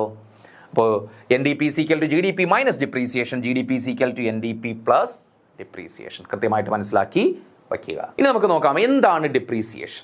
തേയ്മാനം എന്ന് പറഞ്ഞാൽ എന്താണ്? The loss of value of capital equipments due to normal wear and tear. അപ്പോൾ എന്താണ് ഡിപ്രീസിയേഷൻ? അപ്പോൾ ഗ്രോസിനെയും നെറ്റിനെയും തമ്മിൽ വേർതിരിക്കുന്ന, അല്ലെങ്കിൽ ഗ്രോസിൽ നിന്ന് നെറ്റ് കാൽക്കുലേറ്റ് ചെയ്യാൻ സഹായിക്കുന്ന ആരാണ്? ഡിപ്രീസിയേഷൻ ആണ്. ആ ഡിപ്രീസിയേഷൻ എന്ന് വെച്ചാൽ എന്താണ്? Loss of value of capital equipments. നമ്മൾ പ്രൊഡക്ഷൻ പ്രോസസ്സിൽ ക്യാപിറ്റൽ എക്യുപ്മെന്റ്സ് ഉപയോഗിക്കും, അല്ലേ? അതായത് മെഷീനറിയും മറ്റുമൊക്കെ നമ്മൾ ഉപയോഗിക്കാറുണ്ട്. അങ്ങനെ മെഷീൻസും മറ്റുമൊക്കെ ഉപയോഗിക്കുമ്പോൾ, അല്ലെങ്കിൽ പിന്നെ ഫാക്ടറി പ്ലാൻസ്, അല്ലേ? നമ്മുടെ ഫാക്ടറി കെട്ടിടം, ബിൽഡിംഗ് ഉണ്ടാകും. ഇതൊക്കെ എന്താണ്? ക്യാപിറ്റൽ ഗുഡ്സ് ആണ്. അപ്പോൾ ഏറ്റവും നല്ല എക്സാമ്പിൾ എന്താണ്? നമുക്ക് മെഷീനറി എടുക്കാം. അപ്പോൾ ആ ഒരു മെഷീനറി നമ്മളൊരു പ്രൊഡക്ഷൻ പ്രോസസ്സിൽ കണ്ടിന്യൂസ് ആയിട്ട് യൂസ് ചെയ്യുന്നു. അങ്ങനെ കണ്ടിന്യൂസ് ആയിട്ട് യൂസ് ചെയ്യുമ്പോൾ അവയ്ക്ക് എന്തുണ്ടാകും? വെയർ ആൻഡ് ടയർ ഉണ്ടാകും, അല്ലേ? ഈ ഇങ്ങനെ എന്താണ്, പിന്നെ കേടുപാടുകൾ ഉണ്ടാകും, പിന്നെ തേയ്മാനം ഉണ്ടാകും. അപ്പോൾ അതിൻ്റെ ഫലമായിട്ട് എന്താണ്? എൻ്റെ വാല്യൂ കുറയും. അതാണ് ലോസ് ഓഫ് വാല്യൂ എന്ന് പറയുന്നത്. എൻ്റെ വാല്യൂ എന്ത് ചെയ്യും? കുറയുന്നു. അപ്പോൾ loss of value of capital equipments due to normal wear and tear. ഓരോ പ്രൊഡക്ഷൻ പ്രോസസ്സിൽ ഒരു മെഷീനറി യൂസ് ചെയ്യുമ്പോൾ അവയ്ക്ക് എന്താണ് വെയർ ആൻഡ് ടയറിലൂടെ ഇങ്ങനെ കേടുപാടുകൾ പറ്റുന്നതിലൂടെ അവയ്ക്ക് എന്തുണ്ടാകും? ലോസ് ഓഫ് വാല്യൂ ഉണ്ടാകും. ആ ലോസ് ഓഫ് വാല്യൂവിനെ പറയുന്ന പേരാണ് ഡിപ്രീസിയേഷൻ. സിമ്പിളായി മലയാളത്തിൽ പറഞ്ഞാൽ എന്താണ്? തേയ്മാനം എന്ന് പറയും. അവയ്ക്ക് കേടുപാടുകൾ അതിനെ പറയുന്ന പേരാണ് എന്ത്? ഡിപ്രീസിയേഷൻ. ഇനി പ്രീവിയസ് ക്വസ്റ്റ്യൻ ആണ്, കൃത്യമായിട്ട് നോട്ട് ചെയ്ത് പഠിച്ചോണം. It is also called consumption of fixed capital. Consumption of fixed capital. അപ്പോൾ ഡിപ്രീസിയേഷൻ എന്താണ്? Depreciation the loss of value of capital equipments due to normal wear and tear. അതുപോലെ എന്താണ്? It is also called consumption of fixed capital. Consumption of fixed ക്യാപിറ്റലിന്റെ മറ്റൊരു പേരാണ്, ഡിപ്രീസിയേഷന്റെ മറ്റൊരു പേരാണ്, ഒരുപാട് കോമ്പറ്റേറ്റീവ് എക്സാമിന് ചോദിച്ചിട്ടുള്ളതാണ്. It is also called consumption of fixed capital. Consumption of fixed capital. Okay ആണല്ലോ. ഇനി നമുക്ക് നെക്സ്റ്റ് കോൺസെപ്റ്റിലേക്ക് പോകാം. Gross national product, GNP. Gross national product, മൊത്ത ദേശീയ ഉൽപ്പന്നം. അപ്പോൾ നമ്മൾ രണ്ട് കോൺസെപ്റ്റുകൾ ഓൾറെഡി പഠിച്ചു കഴിഞ്ഞു. GDP, ഗ്രോസ് ഡൊമസ്റ്റിക് പ്രോഡക്റ്റ്, അതുപോലെ നെറ്റ് ഡൊമസ്റ്റിക് പ്രോഡക്റ്റ്. മറക്കരുത്, GDP എന്ന് പറഞ്ഞാൽ അറിയാമല്ലോ, ഗ്രോസ് ഡൊമസ്റ്റിക് പ്രോഡക്റ്റ്, അതായത് ഒരു രാജ്യത്തിൻ്റെ ആഭ്യന്തര പ്രദേശത്തിനകത്ത് ഉൽപ്പാദിപ്പിക്കപ്പെട്ട സാധന സേവനങ്ങളുടെ മൂല്യത്തെയാണ് GDP എന്ന് പറയുന്നത്. ആ GDPയിൽ നിന്ന് ഡിപ്രീസിയേഷൻ നമ്മൾ സബ്സ്ട്രാക്ട് ചെയ്താൽ അല്ലെങ്കിൽ ഡിഡക്ട് ചെയ്താൽ നമുക്ക് എന്ത് കിട്ടും? NDP ലഭിക്കും. പിന്നെ നമ്മൾ ഡിപ്രീസിയേഷൻ എന്താണ് ഡിസ്കസ് ചെയ്തു. മറ്റൊരു നാഷണൽ ഇൻകം കോൺസെപ്റ്റ് ആണ് ഗ്രോസ് നാഷണൽ പ്രോഡക്റ്റ്, GNP, മൊത്ത ദേശീയ ഉൽപ്പന്നം. എന്താണ് GNP എന്ന് പറഞ്ഞാൽ? GNP equal to GDP plus NFIA. NFIA, net factor income from abroad. NFIA എന്താണ്? Net factor income from abroad, അതാണ് NFIA. അപ്പോൾ GNP is equal to GDP plus net factor income from abroad. ഇതാണ് GNP എന്ന് പറയും. അപ്പോൾ GDP plus net factor income from abroad. എന്താണ് NFIA? Net factor income from abroad. Abroad അറിയാമല്ലോ, വിദേശം. വിദേശത്തു നിന്നുള്ള അറ്റഘടക വരുമാനത്തെയാണ് NFIA എന്ന് പറയുന്നത്. അതായത് വിദേശത്ത് നമ്മുടെ ആളുകൾ വിദേശത്ത് പോയി ജോലി ചെയ്യുന്നുണ്ട്, അതുപോലെ എക്സ്പോർട്ട് ചെയ്യുന്നുണ്ട്, വിദേശത്തേക്ക് സാധനങ്ങൾ നമ്മൾ എക്സ്പോർട്ട് ചെയ്യുന്നുണ്ട്. അപ്പോൾ അങ്ങനെ എക്സ്പോർട്ട് ചെയ്യുന്നതിൻ്റെ ഫലമായിട്ട് അല്ലെങ്കിൽ വിദേശത്ത് ജോലി ചെയ്യുന്നതിൻ്റെ ഫലമായിട്ട് നമുക്ക് എന്താണ്? ഇൻകം ലഭിക്കുന്നുണ്ട്. അത് നമ്മൾ factor income, factor income from abroad എന്ന് പറയും. Factor income received from abroad, അല്ലേ? വിദേശത്തു നിന്ന് നമ്മൾ സ്വീകരിക്കുന്ന ഘടക വരുമാനം എന്ന് പറയും. അതുപോലെ എന്താണ്? സാധനങ്ങൾ നമ്മൾ ഇമ്പോർട്ട് ചെയ്യുന്നുണ്ട്, അതുപോലെ എന്താണ്? വിദേശികൾ നമ്മുടെ രാജ്യത്ത് വർക്ക് ചെയ്യുന്നുണ്ട്. അപ്പോൾ നമുക്ക് വിദേശത്തു നിന്ന് ഫാക്ടർ ഇൻകം ലഭിച്ചതുപോലെ തന്നെ വിദേശികൾക്കും എന്ത് ലഭിക്കുന്നുണ്ട്? നമ്മുടെ രാജ്യത്ത് നിന്ന് ഫാക്ടർ ഇൻകം ലഭിക്കുന്നുണ്ട്. ഇവ തമ്മിലുള്ള വ്യത്യാസത്തെ പറയുന്ന പേരാണ് net factor income from abroad. അപ്പോൾ GDP എന്താണ് നമ്മൾ ആൾറെഡി പറഞ്ഞു, ഗ്രോസ് ഡൊമസ്റ്റിക് പ്രോഡക്റ്റ് ആണ്, നമ്മുടെ രാജ്യം ആഭ്യന്തര പ്രദേശത്ത് ഉൽപ്പാദിപ്പിച്ച സാധന സേവന മൂല്യമാണ്. അതിനോടൊപ്പം വിദേശത്ത് നിന്ന് നമുക്ക് ലഭിക്കുന്ന ഇൻകം, ആ ഇൻകം കൂടി ആഡ് ചെയ്താൽ നമുക്ക് എന്ത് കിട്ടും? GNP ലഭിക്കും, ഗ്രോസ് നാഷണൽ. അപ്പോൾ GDPയും GNPയും തമ്മിലുള്ള വ്യത്യാസം മനസ്സിലായല്ലോ. GNP is equal to GDP plus NFIA, net factor income from abroad. അപ്പോൾ NFIA എന്താണ് നമുക്ക് നോക്കാം. NFIA, അപ്പോൾ NFIA is equal to NFIA. NFIA is equal to, NFIയുടെ ഇക്വേഷൻ മനസ്സിലാക്കി വെക്കുക. Factor income from abroad minus factor income from abroad minus factor income paid to abroad. ഇതാണ് ഇതിന്റെ ഇക്വേഷൻ. അപ്പോൾ NFIA is equal to factor income from abroad minus factor income paid to abroad. വിദേശത്ത് നിന്നുള്ള factor income, അതിൽ നിന്ന് എന്ത് കുറയ്ക്കണം? Factor income paid to abroad, നമ്മൾ വിദേശത്തേക്ക് കൊടുക്കുന്ന ഫാക്ടർ ഇൻകം. അതായത് സാധനങ്ങൾ ഇമ്പോർട്ട് ചെയ്യുമ്പോൾ നമ്മുടെ രാജ്യത്ത് നിന്ന് ഇൻകം വിദേശത്തേക്കല്ലേ പോകുന്നത്, മറ്റു രാജ്യത്തേക്കാണ് പോകുന്നത്, അത് നമ്മുടെ ഇൻകം അല്ല. അതുപോലെ വിദേശികൾ നമ്മുടെ രാജ്യത്ത് വർക്ക് ചെയ്യുന്നുണ്ടെങ്കിൽ അവരുടെ ഇൻകം, ഇതൊക്കെ എന്താണ്? ആ factor income paid to abroad. അപ്പോൾ factor income received from abroad അല്ലെങ്കിൽ factor income from abroad minus factor income paid to abroad. ഇതാണ് NFIA, net factor income from abroad എന്ന് പറയാം. അപ്പോൾ gross national product is equal to GDP plus NFIA. Clear ആയല്ലോ. അപ്പോൾ നമ്മൾ GDP അതുപോലെ NDP പറഞ്ഞു. നെക്സ്റ്റ് കോൺസെപ്റ്റ് ആയിരുന്നു GNP. GNP എന്ന് വെച്ചാൽ എന്താണ്? GDP plus NFIA. അടുത്ത കോൺസെപ്റ്റിലേക്ക് നമ്മൾ പോകുന്നു. Net national product. Net national product എന്താണ്? നെറ്റ് നാഷണൽ പ്രോഡക്റ്റ് മറ്റൊരു കോൺസെപ്റ്റ് ആണ്, നെറ്റ് നാഷണൽ പ്രോഡക്റ്റ്. അപ്പോൾ എന്താണ് net national product? NNP is equal to GNP minus depreciation. NNP എന്താണ്ട്? GNP minus depreciation. NNP എന്ന് വെച്ചാൽ എന്താണ്? GNP മൈനസ് ഡിപ്രീസിയേഷൻ ആണ്. നമ്മൾ നേരത്തെ NDP പറഞ്ഞു. NDP is equal to GDP minus depreciation ആണെങ്കിൽ NNP is equal to GNP minus depreciation. അപ്പോൾ ആ ഒരു കോൺസെപ്റ്റ് വ്യത്യാസം നോക്കി. ഗ്രോസും നെറ്റും തമ്മിൽ വേർതിരിക്കുന്ന ആരാണ്? ഡിപ്രീസിയേഷൻ എന്ന് ഞാൻ ആൾറെഡി പറഞ്ഞു. അപ്പോൾ അവിടെ GDP മൈനസ് ഡിപ്രീസിയേഷൻ ആയിരുന്നു NDP എങ്കിൽ ഇവിടെ GNP മൈനസ് ഡിപ്രീസിയേഷൻ ആണ് എന്ത് NNP, നെറ്റ് നാഷണൽ പ്രോഡക്റ്റ്, അറ്റ ദേശീയ ഉൽപ്പന്നം എന്ന് പറയാം, അറ്റ ദേശീയ ഉൽപ്പന്നം എന്ന് പറയും. ഓക്കെ ആണല്ലോ. അപ്പൊ നമ്മൾ 4 കോൺസെപ്റ്റുകൾ GDP, NDP, GNP അതുപോലെ NNP ഇങ്ങനെ 4 കോൺസെപ്റ്റുകൾ പറഞ്ഞു. ഇനി ഈ നാഷണൽ ഇൻകം കോൺസെപ്റ്റുകൾ തന്നെ എങ്ങനെയാണ് എക്സ്പ്രസ് ചെയ്യുന്നത്? അതിന് നമുക്ക് എക്സ്പ്രസ് ചെയ്യാൻ പറ്റും, അതിനെ പ്രകടിപ്പിക്കാൻ പറ്റും. 2 രീതിയിലാണ് നാഷണൽ ഇൻകം കോൺസെപ്റ്റുകൾ നമ്മൾ എക്സ്പ്രസ് ചെയ്യുന്നത്. ഒന്ന് മാർക്കറ്റ് പ്രൈസിലും മറ്റൊന്ന് ഫാക്ടർ കോസ്റ്റിലും. ഒന്നെന്താണ് മാർക്കറ്റ് പ്രൈസിലും മറ്റൊന്ന് ഫാക്ടർ കോസ്റ്റിലും. ഇപ്പോൾ മാർക്കറ്റ് പ്രൈസ് അറിയാമല്ലോ, ഒരു സാധനം നമുക്ക് കടയിൽ നിന്ന് വാങ്ങുമ്പോൾ അതിന് കൊടുക്കുന്ന പ്രൈസാണ് മാർക്കറ്റ് പ്രൈസ്. ഇനി ആ സാധനത്തിന്റെ ഫാക്ടർ കോസ്റ്റ് എന്ന് പറഞ്ഞാൽ എന്താണ്?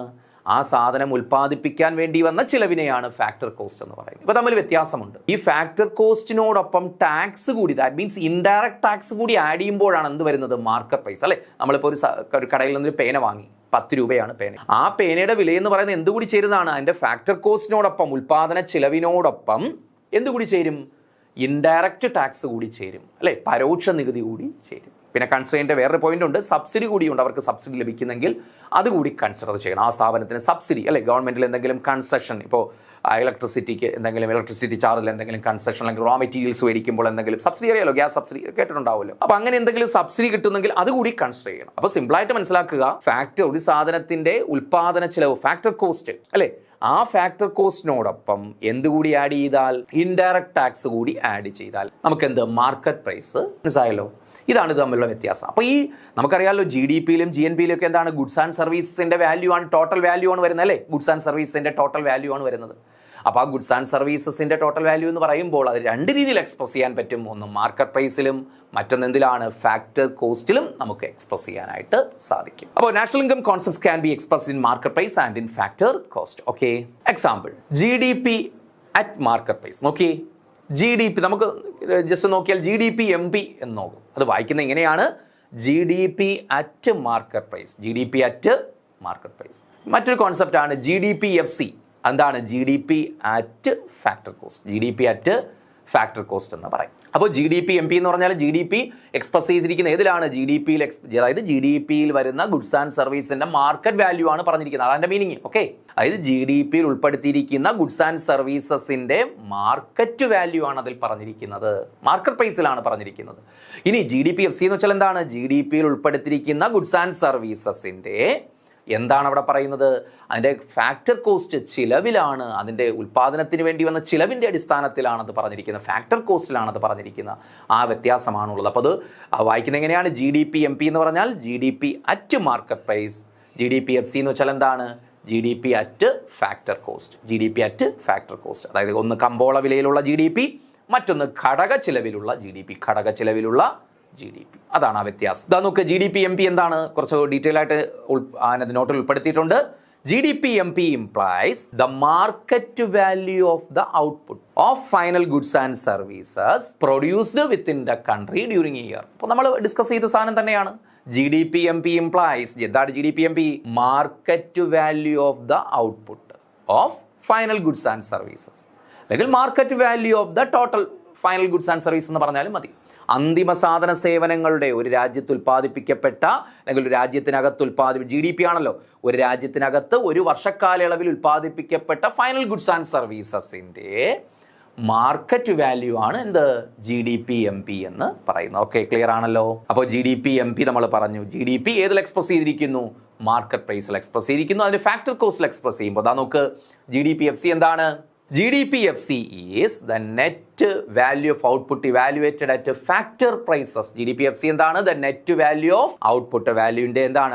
ഔട്ട്പുട്ടിന്റെ നെറ്റ് വാല്യൂ ആണ് evaluated at factor price. Factor പ്രൈസിൽ ഇവാലുവേറ്റ് ചെയ്തിരിക്കുന്നു. അതായത് അതിനെന്ത് മാത്രം ചിലവ് വന്നു, ആ സാധനം GDPയിൽ ഉൾപ്പെടുത്തിയിരിക്കുന്ന സാധനങ്ങൾക്ക് ഉൽപ്പാദിപ്പിക്കാനായിട്ടുള്ള പിന്നെ ലേബേഴ്സിന്റെ വേജസ് ആൻഡ് സാലറി, അതുപോലെ എന്താണ് അവരുടെ ക്യാപിറ്റലിന് വേണ്ടി വന്ന, മൂലധനത്തിന് വേണ്ടി വന്ന ഇൻട്രസ്റ്റ്, അതുപോലെ പിന്നെന്താണ് പിന്നെ ഓർഗനൈസർക്ക് വേണ്ടി വന്ന പ്രോഫിറ്റ്, ഇതെല്ലാം കൂടി ഉൾപ്പെടുത്തിക്കൊണ്ട് ആണ് GDP-FC നമ്മൾ മെൻഷൻ ചെയ്യുന്നത്. ഫാക്ടർ പ്രൈസിൽ, അല്ലെ, ഉൽപാദന ചിലവിൽ പറയുന്നു. ഒന്ന് മാർക്കറ്റ് പ്രൈസിലും മറ്റൊന്ന് ഉൽപാദന ചിലവിൽ. ഇതാണ് GDP-MPയും GDP-FC. ഇനി എന്താണ് ഇവ തമ്മിലുള്ള വ്യത്യാസം? GDP-MP എന്ന് പറഞ്ഞാൽ നമുക്ക് എങ്ങനെയാണ് GDP-MP കിട്ടുക? അവിടെ ഒരു ഇക്വേഷൻ ഉണ്ട്.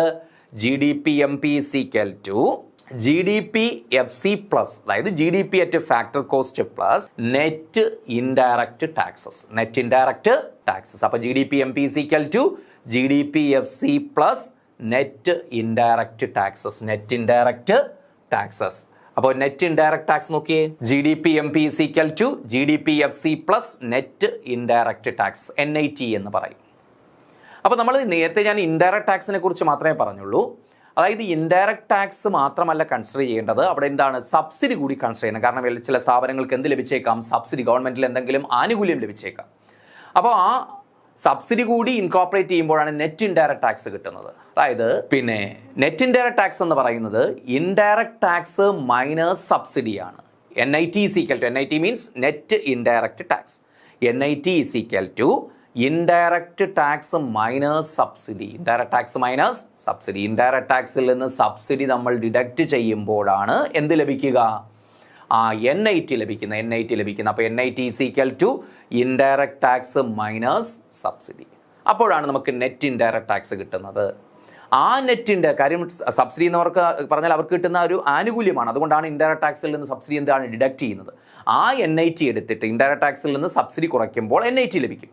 ആ NIT GDP-FC-യോടൊപ്പം ആഡ് ചെയ്താൽ നമുക്ക് എന്ത് ലഭിക്കും, GDP-MP ലഭിക്കും. Gross domestic product at market price. അപ്പോൾ gross domestic product at market price എന്ന് വെച്ചാൽ എന്താണ്, GDP-MP is equal to GDP-FC plus net indirect. അപ്പോൾ ഒരു വ്യത്യാസമേ ഉള്ളൂ. MP കിട്ടാൻ FC-യോടൊപ്പം എന്ത് ആഡ് ചെയ്യണം, NIT ആഡ് ചെയ്യണം. തിരിച്ചു നോക്കിയേ, GDP-FC is equal to GDP-MP minus NIT. GDP-MP minus NIT ആണ് അല്ലേ. GDP-FC is equal to GDP-MP minus NIT. അപ്പോൾ FC-യോടൊപ്പം ഫാക്ടർ കോസ്റ്റിനോടൊപ്പം നെറ്റ് ഇൻഡയറക്റ്റ് ടാക്സ് ആഡ് ചെയ്യുമ്പോൾ MP ലഭിക്കും. അതുപോലെ ഫാക്ടർ കോസ്റ്റ് ലഭിക്കാൻ MP-യിൽ നിന്ന് എന്ത് ഡിഡക്ട് ചെയ്താൽ മതി, NIT ഡിഡക്ട് ചെയ്താൽ മതി. അപ്പോൾ രണ്ട് കോൺസെപ്റ്റ് മനസ്സിലായല്ലോ.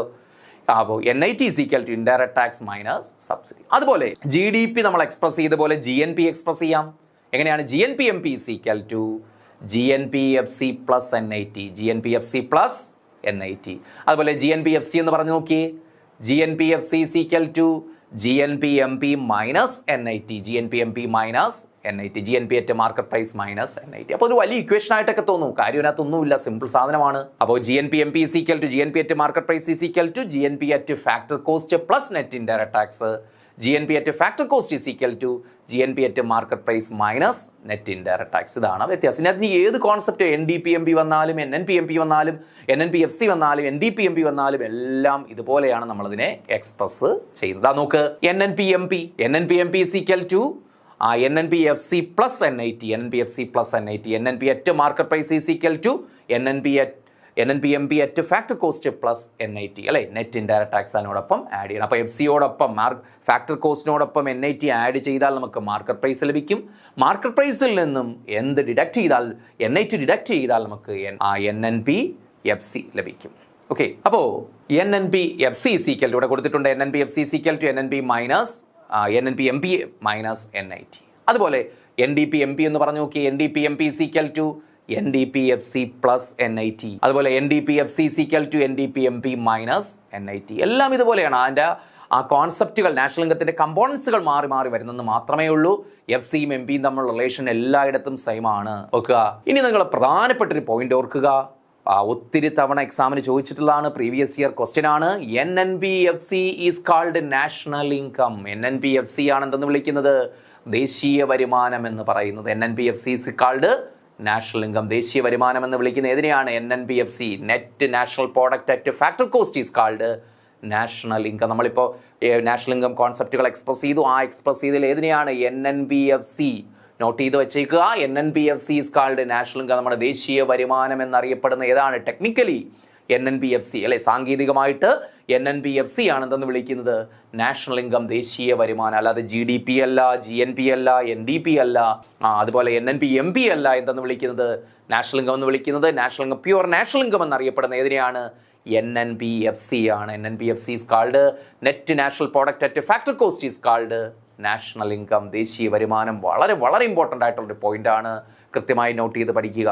ഓക്കെ, അപ്പോൾ ഇത്രയും ക്ലിയർ ആയെന്ന് കരുതുന്നു. അപ്പോൾ നമ്മൾ നാഷണൽ ഇൻകം കോൺസെപ്റ്റുകൾ ഏതൊക്കെയെന്ന് പറഞ്ഞു, അതുപോലെ എന്താണ് അത് എങ്ങനെയാണ് എക്സ്പ്രസ് ചെയ്യേണ്ടതെന്നും പറഞ്ഞു അല്ലേ. അപ്പോൾ ഇവിടെ കുറച്ചുകൂടി ഒരു ക്ലാരിറ്റി നമുക്ക് വരുത്താം. എം പിയും എഫ് സിയും തമ്മിലുള്ള വ്യത്യാസം ആർക്കെങ്കിലും ഡൗട്ട് ഉണ്ടാകും. അപ്പോൾ എം പിയും എഫ് സിയും തമ്മിലുള്ള വ്യത്യാസം, എം പി മാർക്കറ്റ് പ്രൈസ് എന്ന് പറയുന്നത് market price is equal to factor cost plus NIT. അതായത് മാർക്കറ്റ് പ്രൈസ് എന്ന് കിട്ടാൻ എന്ത് ചെയ്താൽ മതി, ഏതിൻ്റെയാണോ മാർക്കറ്റ് പ്രൈസ് അതിൻ്റെ ഫാക്ടർ കോസ്റ്റിനോടൊപ്പം എന്ത് ആഡ് ചെയ്താൽ മതി, NIT ആഡ് ചെയ്താൽ മതി. Market price is equal to factor cost plus NIT. ഈ എഫ് സി കിട്ടാൻ എന്ത് ചെയ്താൽ മതി, factor cost is equal to MP minus NIT.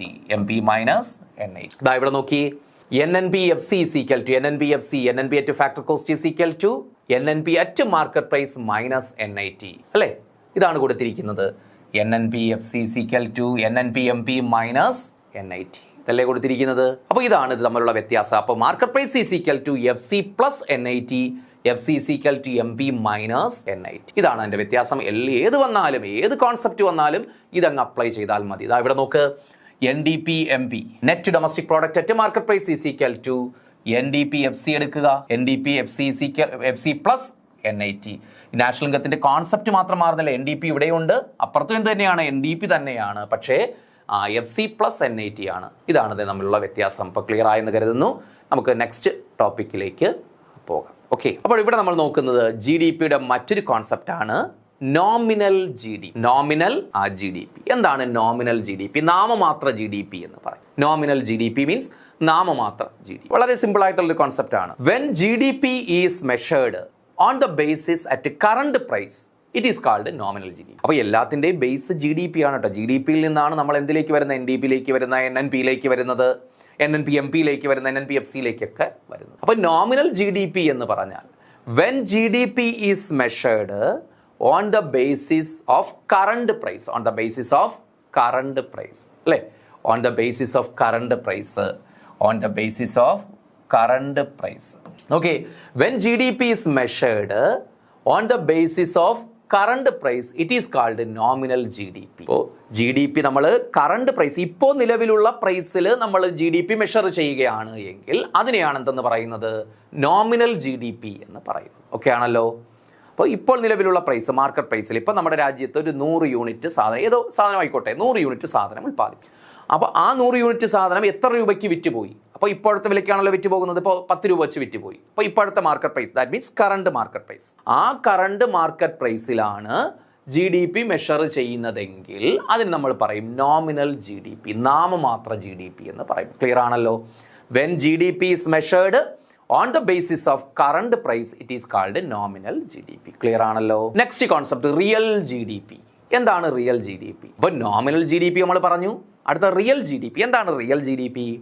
അതായത് മറ്റൊരു പ്രൈസ് ഉണ്ട്, കറണ്ട് പ്രൈസ് കൂടാതെ നമ്മൾ കൺസിഡർ ചെയ്യേണ്ട മറ്റൊരു പ്രൈസ് ഉണ്ട്, ബേസ് ഇയർ പ്രൈസ് അല്ലെങ്കിൽ കോൺസ്റ്റന്റ് ഇയർ പ്രൈസ് എന്ന് പറയും. ബേസ് ഇയർ പ്രൈസ് അല്ലെങ്കിൽ കോൺസ്റ്റന്റ് ഇയർ പ്രൈസ് എന്ന് പറയും. ഈ കോൺസ്റ്റന്റ് ഇയർ പ്രൈസ്, കാരണം കറണ്ട് ഇയർ പ്രൈസ് ഇങ്ങനെ മാറിക്കൊണ്ടേയിരിക്കും അല്ലേ? കാരണം നമുക്കറിയാൻ പറ്റും, ഇന്ന് നമ്മളൊരു സാധനം മേടിക്കുന്നു, ഇപ്പോൾ ഷുഗർ മേടിക്കുന്നു, ഇപ്പോൾ ഇന്നിപ്പോൾ കിലോയ്ക്ക് 45 രൂപയാണെങ്കിൽ 2 ദിവസം കഴിയുമ്പോൾ വീണ്ടും അതിങ്ങനെ മാറിക്കൊണ്ടിരിക്കും. ഈ കറണ്ട് പ്രൈസ് ഇങ്ങനെ ചേഞ്ചസ് വരും. അപ്പോൾ ഈ ബേസ് ഇയർ പ്രൈസ് എന്ന് പറയുന്നത് ഈ എപ്പോഴും എന്താണ്, ഈ പ്രൈസസിൽ ഉണ്ടാകുന്ന ചേഞ്ചസ്, കാര്യം ഇൻഫ്ലേഷൻ എന്നൊക്കെ നിങ്ങൾ കേട്ട് കാണുമല്ലോ, വിലക്കയറ്റം. ഈ ഇൻഫ്ലേഷൻ ഡീഫ്ലേഷൻ ഒക്കെ കാൽക്കുലേറ്റ് ചെയ്യാൻ എന്ത് വേണം, നമുക്ക് ബേസ് ഇയർ പ്രൈസ് വേണം. കാരണം ഒരു കോൺസ്റ്റന്റ് ഇയർ പ്രൈസ്, ആ പ്രൈസിൽ നിന്നുള്ള ചേഞ്ച് ആണ് നമ്മൾ എടുക്കുന്നത്. കാരണം സാമാന്യം ഫ്ലക്ച്വേഷൻ ഒന്നും ഉണ്ടാകാത്തൊരു ഇയർ ആണ്, നോർമൽ ഇയറിലുള്ള ഒരു പാസ്റ്റ് ഇയറിലുള്ള പ്രൈസ് ആണ് എന്തെന്ന് പറയുന്നത്, പിന്നെ കോൺസ്റ്റന്റ് ഇയർ പ്രൈസ് അല്ലെങ്കിൽ base year price, base price, constant price എന്നൊക്കെ പറയും. ആ ബേസ് പ്രൈസിൽ GDP കാൽക്കുലേറ്റ് അല്ലെങ്കിൽ കോൺസ്റ്റന്റ് പ്രൈസിലുള്ള GDPക്ക് പറയുന്ന പേരാണ് എന്ത്, റിയൽ GDP. അപ്പോൾ when GDP is calculated on the basis of constant prices, constant പ്രൈസസിൽ GDP കാൽക്കുലേറ്റ് ചെയ്യുന്നതിന് പറയുന്ന പേരാണ് എന്ത്, റിയൽ GDP. അപ്പോൾ നോമിനൽ GDP, കറണ്ട് പ്രൈസ്. അപ്പോൾ ആ ഒരു ചെറിയ വ്യത്യാസം മനസ്സിലാക്കുക. ഒന്ന് കറണ്ട് പ്രൈസിലുള്ള GDP നോമിനൽ GDP എന്ന് പറയും. അതുപോലെ എന്താണ് കോൺസ്റ്റന്റ് പ്രൈസ് അല്ലെങ്കിൽ base year price, past price എന്ന് മനസ്സിലാക്കിയാലും അത് നിങ്ങൾ സിമ്പിളായിട്ട് ആ കോൺസ്റ്റന്റ് പ്രൈസിലുള്ള GDP റിയൽ GDP എന്ന് പറയും. അപ്പോൾ ഇവിടെ നിന്ന് ക്വസ്റ്റ്യൻ പ്രതീക്ഷിക്കണം. അപ്പോൾ കറണ്ട് പ്രൈസിലുള്ള GDP ആണ്. അപ്പോൾ nominal GDP is calculated on the basis of dash, എന്താണ്, current price. Real GDP is calculated on the basis of constant price അല്ലെങ്കിൽ ബേസ് ഇയർ പ്രൈസ് എന്ന് പറയും. ഇതാണ് നോമിനൽ GDPയും റിയൽ GDP. അപ്പോൾ ഈ നോമിനൽ GDPയിൽ നിന്നും റിയൽ GDPയിൽ നിന്നും നമുക്ക് മനസ്സിലാക്കേണ്ട മറ്റൊരു പ്രധാനപ്പെട്ട വസ്തുതയുണ്ട്. അത് നോക്കിയേ, GDP ഡിഫ്ലേറ്റർ. GDP ഡിഫ്ലേറ്റർ എന്ന് പറയുന്ന കോൺസെപ്റ്റ് വളരെ വളരെ പ്രധാനപ്പെട്ട ഒരു കോൺസെപ്റ്റാണ് ജി ഡി പി ഡിഫ്ലേറ്റർ. മലയാളത്തിൽ ജി ഡി പി സങ്കോചം എന്നൊക്കെ പറയും കേട്ടോ, ജി ഡി പി സങ്കോചം എന്നൊക്കെ പറയും, ജി ഡി പി ഡിഫ്ലേറ്റർ. എന്തിനാണ് ഈ G D P deflator calculate ചെയ്യുന്നത്? G D P deflator is an index. G D P deflator is an index of price changes of goods and services included in G D P. അപ്പോൾ G D P deflator എന്താണ്? G D P deflator is an index. അതൊരു index, ഒരു സൂചകമാണ്, ഒരു സൂചികയാണ് of price changes. പ്രൈസിലുണ്ടാകുന്ന changes അല്ലേ, വില മാറിക്കൊണ്ടിരിക്കുമല്ലോ, നമ്മുടെ ഗുഡ്സ് ആൻഡ് സർവീസിൻ്റെ വില മാറിക്കൊണ്ടിരിക്കും. ആ വിലയിലുണ്ടാകുന്ന മാറ്റം പ്രതിപാദിക്കുന്ന ഒരു ഇൻഡെക്സ് ആണ് ഓഫ് ഗുഡ്സ് ആൻഡ് സർവീസസ്. ഇപ്പോൾ സാധന സേവനങ്ങളുടെ വിലയിലുണ്ടാകുന്ന price included in G D പി. അതായത് ജി ഡി പിയിൽ നമുക്കറിയാം ഗുഡ്സ് ആൻഡ് സർവീസസ് ഉണ്ട്. ആ ഗുഡ്സ് ആൻഡ് സർവീസസിന് പ്രൈസ് ഉണ്ട്. ആ പ്രൈസ് എന്ത് ചെയ്യുന്നു? ചേഞ്ച് ചെയ്യുന്നതായിട്ട് നമുക്കറിയാം. ആ ചേഞ്ച് അറിയാൻ ഉപയോഗിക്കുന്ന ഇൻഡെക്സ് ആണ് ജി ഡി പി ഡിഫ്ലേറ്റർ. അപ്പോൾ ഒന്നുകൂടി പറയാം, ജി ഡി പി എന്ന് വെച്ചാൽ അറിയാമല്ലോ, നമ്മുടെ രാജ്യത്തിനകത്ത് ഉൽപ്പാദിപ്പിക്കുന്ന സാധന സേവനങ്ങളാണ്. ആ സാധന സേവനങ്ങൾ അല്ലേ, അതാണ് ഗുഡ്സ് ആൻഡ് സർവീസസ്. ആ ഗുഡ്സ് ആൻഡ് സർവീസസിന് അറിയാമല്ലോ മാർക്കറ്റ് പ്രൈസ് ഉണ്ട്. ആ പ്രൈസ് എന്ത് ചെയ്തുകൊണ്ടിരിക്കുന്നു? ചേഞ്ച് ചെയ്തുകൊണ്ടിരിക്കുന്നു അല്ലേ, നമുക്ക് പ്രൈസ് ചേഞ്ച് ചെയ്യുന്നു. ആ ചേഞ്ച് എത്രത്തോളം ഉണ്ടെന്ന് അറിയാനാണ് എന്ത് കാൽക്കുലേറ്റ് ചെയ്യുന്നത്? G D P deflator calculate ചെയ്യുന്നത്. ഇതനുസരിച്ചിട്ടാണ് നമ്മൾ പത്രങ്ങളിലൊക്കെ വായിക്കാറില്ലേ, പ്രൈസ് ഇത്ര ശതമാനം കൂടി ഒരു സാധനത്തിൻ്റെ പ്രൈസ്, അല്ലെങ്കിൽ ജനറൽ പ്രൈസ് ലെവൽ, ഇന്ത്യയുടെ ജനറൽ പ്രൈസ് ലെവൽ ഇത്ര % കൂടി, ഇത്ര % കുറഞ്ഞു എന്നൊക്കെ വരാറുണ്ട്. അല്ലെങ്കിൽ ഇൻഫ്ലേഷൻ, വിലക്കയറ്റമൊക്കെ കാൽക്കുലേറ്റ് ചെയ്യുന്നത് ഇങ്ങനെയാണ്, ജി ഡി പി ഡിഫ്ലേറ്റർ ഉപയോഗിച്ചുകൊണ്ടാണ്. അപ്പോൾ ഇതാണ് ജി ഡി പി ഡിഫ്ലേറ്റർ എന്ന് പറയുന്നത്. ഇനി ഇതെങ്ങനെ കാൽക്കുലേറ്റ് ചെയ്യാം? വളരെ വളരെ ഇമ്പോർട്ടൻ്റ് പോയിന്റ് ആണ്. G D P deflator is equal to nominal G D P by real G D P into 100. Previous question ആണിത്. G D P deflator is equal to nominal G D P. നമ്മൾ already പറഞ്ഞല്ലോ, nominal G D P means current year G D P. Current year G D പിയിൽ current പ്രൈസിലുള്ള G D P ആണ് nominal G D P by real G D P into 100. ഇങ്ങനെ calculate ചെയ്താൽ നമുക്ക് എന്താണ്, എത്ര % ആണ് പ്രൈസ് കൂടിയത്, എത്ര % ആണ് പ്രൈസ് കുറഞ്ഞത് ഓരോ വർഷത്തിലും പ്രൈസിലുണ്ടാകുന്നത്. അതായത് ബേസ് ഇയറിൽ നിന്നും കറണ്ട് ഇയറിലേക്ക് വന്നപ്പോൾ എത്ര ശതമാനമാണ് പ്രൈസ് കൂടിയത്, പ്രൈസ് കുറഞ്ഞതെന്ന് നമുക്ക് മനസ്സിലാക്കാൻ പറ്റും. അപ്പോൾ G D P deflator is equal to nominal G D P by real G D P into 100. ഇതാണ് ജി ഡി പി ഡിഫ്ലേറ്റർ എന്ന് പറയുന്നത്. അപ്പോൾ ജി ഡി പി ഡിഫ്ലേറ്ററിൻ്റെ ഇക്വേഷൻ പ്രീവിയസ് ക്വസ്റ്റ്യൻ ആണ്. G D P deflator is equal to nominal G D P by real G D P into 100. ഒരു example നോക്കി. If nominal G D P is equal to rupees 1600 crore, real G D P is equal to rupees 1200 crore, then G D P deflator. എങ്ങനെ നമുക്ക് G D P deflator calculate ചെയ്യും? ഇപ്പോൾ ഇങ്ങനെ simple ആയിട്ടുള്ള ആ question തന്നാൽ നമുക്ക് ചെയ്യാൻ പറ്റുമല്ലോ. G D P deflator is equal to, നമ്മുടെ ഇക്വേഷൻ നമ്മുടെ കയ്യിലുണ്ട്, nominal G D P by real G D P അല്ലേ, nominal G D P by real G D P into 100. ഇവിടെ നോമിനൽ ജി ഡി പിയുടെ വാല്യൂ എന്താണ്? 1600 ആണ്. പിന്നെ real G D P എന്ന് വെച്ചാൽ 1200 ആണ്. അപ്പോൾ 1600 ബൈ 1200 ഈസ് ഇൻറ്റു 100. അപ്പോൾ നമുക്ക് ജി ഡി പി എത്രയാണ് ആൻസർ? 133.33%. അപ്പോൾ നമുക്ക് കാൽക്കുലേറ്റ് ചെയ്യാൻ പറ്റുന്ന രൂപത്തിലെ ക്വസ്റ്റ്യൻ തരിക കേട്ടോ. ഇങ്ങനെ ആ പോയിന്റ് വരുന്നതൊന്നും തരാൻ സാധ്യതയില്ല, എളുപ്പമുള്ള ക്വസ്റ്റ്യൻസ് ആയിരിക്കും തരുന്നത്. അപ്പോൾ nominal G D P by real G D P into 100 answer എത്രയാണ്? 133.33%. ഇതിൻ്റെ മീനിങ് എന്താണെന്ന് അറിയാമോ? അതായത് ഇവിടെ ബേസ് ഇയറിൽ നിന്നും കറണ്ട് ഇയറിലേക്ക് വന്നപ്പോൾ എത്ര % പ്രൈസ് വർദ്ധിച്ചു? 33, അറൗണ്ട് 33%. നമ്മൾ പോയിന്റും കളഞ്ഞു. 33% rise in price level. It indicates 33% rise in price level. Price ലെവലിൽ എത്ര ശതമാനം വർധന ഉണ്ടായി? 33%. 33% പ്രൈസ് വർദ്ധിച്ചിരിക്കുന്നു. പ്രൈസിൽ 33%. ഇപ്പോൾ ആൻസർ ജസ്റ്റ് 75% ആണ് ലഭിച്ചതെങ്കിൽ നമുക്ക് പറയാം. ഇപ്പോൾ 133.33% സ്ഥാനത്ത് നമുക്ക് ആൻസർ എത്ര ലഭിക്കുന്നു? 75% ലഭിക്കുന്നു. അതിൻ്റെ അർത്ഥം എന്താണ്? 25% പ്രൈസ് കുറഞ്ഞു എന്ന് പറയാം. 25% പ്രൈസ് റെഡ്യൂസ് ചെയ്തു എന്ന് പറയാം. ഇവിടെ എന്താണ്? 133.33% indicates price increases by 33%. Price 33% കഴിഞ്ഞ വർഷത്തെ അപേക്ഷിച്ച് 33%. 100 രൂപയായിരുന്ന സാധനം ഇപ്പോൾ എത്ര രൂപയായി? 133 രൂപയായി. ഇങ്ങനെയാണ് പ്രൈസ് ചേഞ്ച് കാണുന്നത്. ഇത് അറിയുന്ന ഒരു ഇൻഡിക്കേറ്ററാണ് ജി ഡി പി ഡിഫ്ലേറ്റർ എന്ന് പറയുന്നത്. ആ പ്രൈസ് ചേഞ്ച് അറിയാൻ പറ്റും. ഇല്ലെങ്കിൽ അത് ജി ഡി പി കാൽക്കുലേഷനിൽ വലിയ പ്രോബ്ലംസ് സൃഷ്ടിക്കും. അതുകൊണ്ടാണ് G D P deflator calculate ചെയ്യുന്നത്. ഓക്കെ ആണല്ലോ. അപ്പോൾ നമ്മൾ nominal G D P discuss ചെയ്തു, റിയൽ ജി ഡി പി, ഇപ്പോൾ എന്താണ്? ജി ഡി പി ഡിഫ്ലേറ്റർ അല്ലേ. Nominal G D P current പ്രൈസിലുള്ള ജി ഡി പി ആണ് നോമിനൽ ജി ഡി പി. അതുപോലെ എന്താണ്?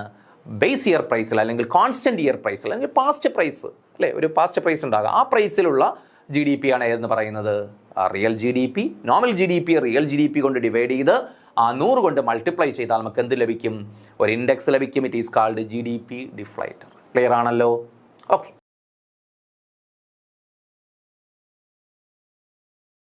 നമസ്കാരം, സഹകാരി റേസ് പ്ലസിലേക്ക് സ്വാഗതം. എൻ്റെ പേര് ഫെമിന. ഞാനിപ്പോൾ ഇന്ന് എടുക്കാൻ പോകുന്ന ക്ലാസ് എന്ന് വെച്ചാൽ നമ്മുടെ സ്റ്റാറ്റിസ്റ്റിക്കൽ അസിസ്റ്റൻറ്റിൻ്റെ ഫസ്റ്റത്തെ മൊഡ്യൂളിലെ ഒരു പോർഷനാണ് ലിമിറ്റ്സ് എന്ന് പറയുന്ന പോർഷൻ. ഓക്കെ, അപ്പോൾ ഈ മൊഡ്യൂളിൽ നമ്മൾ ഓൾറെഡി റിലേഷൻസ് അതുപോലെ തന്നെ ഫങ്ഷൻസ് ഈ രണ്ട് ക്ലാസ്സുകൾ ഓൾറെഡി നമ്മൾ പഠിച്ചതാണ്. റിലേഷൻസും ഫങ്ഷൻസും ഓൾറെഡി പഠിച്ചതാണ്. ഇനി നമുക്കുള്ളത് ലിമിറ്റ്സ് ആണ്. ലിമിറ്റ്സ് ഉണ്ട്, കണ്ടിന്യൂറ്റി ഉണ്ട്, പിന്നെ ഡിഫറൻസിയേഷൻ, ഇൻ്റഗ്രേഷൻ, ഇൻഡെഫിനിറ്റ് ഇൻ്റഗ്രൽസ്, അങ്ങനെ കുറച്ച് കാര്യങ്ങളൊക്കെയാണ് പഠിക്കാനുള്ളത് കേട്ടോ. അപ്പോൾ ഇതിൽ ഈ ലിമിറ്റ്സ് തൊട്ടാണ് ഇന്ന് നമ്മുടെ ക്ലാസ് എന്ന് പറയുന്നത്. ഓക്കെ, ക്ലാസ്സിലേക്ക് കിടക്കാം. ഓക്കെ, അപ്പോൾ എന്താണ് ലിമിറ്റ്സ് എന്ന് പറയുന്നത്? എന്താണ് ലിമിറ്റ് ഓഫ് എ ഫംഗ്ഷൻ? നമ്മൾ കേട്ടിട്ടുണ്ട്. ലിമിറ്റ് എന്ന് പറഞ്ഞാൽ എന്താണ്? ഒരു പരിധി അല്ലേ, അല്ലെങ്കിൽ ആ ഒരു റേഞ്ച്, ആ റേഞ്ചിനുള്ളിലുള്ള ആ ഒരു പർട്ടിക്കുലർ വാല്യൂ, ആ ഒരു പരിധിക്കുള്ളിലുള്ള ഒരു വാല്യൂ, അതാണ് സിംപ്ലി ലിമിറ്റ് എന്ന് പറയുന്നത്. നമുക്ക് ഡെഫിനിഷൻ ആദ്യം എന്താണെന്ന് നോക്കാം. The limit of a function is a fundamental concept in calculus and mathematical analysis describing the behavior of a function as its input approaches a particular value. Definition കണ്ടിട്ട് ആരും worried ആകണ്ട, ഒന്നുമില്ല, വളരെ സിമ്പിളാണ്. നമ്മൾ എന്താണ് ഫംഗ്ഷൻ, എന്താണ് ഫംഗ്ഷൻസിനകത്തുള്ള റിലേഷൻസ് എന്താണെന്നൊക്കെയുള്ള കാര്യം ഈ ഒരു മൊഡ്യൂളിൽ തന്നെ ഓൾറെഡി ഡിസ്കസ് ചെയ്ത കാര്യങ്ങളാണ്. അപ്പോൾ ഫംഗ്ഷൻ്റെ ലിമിറ്റ് എന്ന് പറഞ്ഞാൽ അല്ലേ, നമ്മളൊരു ഫംഗ്ഷൻ്റെ ലിമിറ്റ് എന്ന് പറഞ്ഞാൽ ഞാൻ പറയുകയാണ്, ഇതൊരു ഫംഗ്ഷനാണ്. ഈ ഫംഗ്ഷൻ f(x) എന്ന് പറയുന്ന ഒരു ഫംഗ്ഷനാണ് ഇതെന്ന് പറയുന്നത്, ഈ ലൈൻ ഇൻഡിക്കേറ്റ് ചെയ്യുന്നത്. അങ്ങനെയാണെങ്കിൽ ഈ ഫംഗ്ഷൻ്റെ ഒരു പർട്ടിക്കുലർ വാല്യൂ, നമ്മൾ ഫംഗ്ഷന് ഇൻപുട്ടായിട്ട് വാല്യൂസ് കൊടുക്കില്ലേ? ഫംഗ്ഷൻ്റെ ഒരു ഇൻപുട്ട് വാല്യൂ എന്ന് പറയുന്നത്, നോക്ക്, behaviour of a function as its input approaches a particular value. The behaviour of a function അല്ലേ, behaviour of a function as its input approaches a particular value. നമ്മൾ കൊടുക്കുന്ന input എന്താണ്?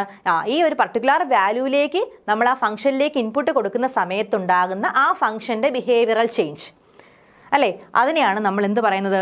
ആ ഫംഗ്ഷൻ്റെ limit എന്ന് പറയുന്നത്. ഓക്കെ, ഇത് ഇപ്പോൾ പറയുമ്പോൾ മനസ്സിലായില്ലെങ്കിൽ നമുക്ക് പ്രോബ്ലത്തിലേക്ക് വരുമ്പോൾ കുറച്ചുകൂടി മനസ്സിലാവും കേട്ടോ എന്താണ് ഉദ്ദേശിക്കുന്നതെന്ന്. അപ്പോൾ സിംപ്ലി നിങ്ങൾ മനസ്സിലാക്കി വെച്ചിരിക്കുക, നമ്മൾ ഈ കാൽക്കുലസിനകത്തൊക്കെ യൂസ് ചെയ്യുന്ന ഒരു എന്താണ് ടേം ആണ് സിംപ്ലി ലിമിറ്റ് എന്ന് പറയുന്നത്. എന്താണ് കാൽക്കുലസ്? കാൽക്കുലസ് എന്താ?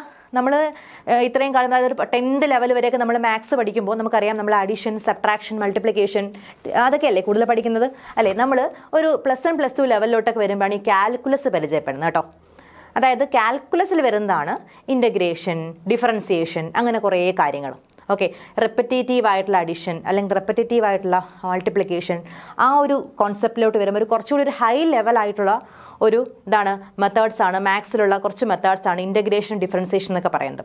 അതിനെയൊക്കെ ഡീൽ ചെയ്യുന്ന ഒരു മാത്സിൻ്റെ ഒരു ബ്രാഞ്ചാണ് ഈ കാൽക്കുലസ് എന്ന് പറയുന്നത്. ഓക്കെ, കാൽക്കുലസിൽ വരുന്നൊരു ടേമാണ് ലിമിറ്റ്സ്. തൽക്കാലം അത്രയും മനസ്സിലാക്കി വെച്ചിരിക്കാം.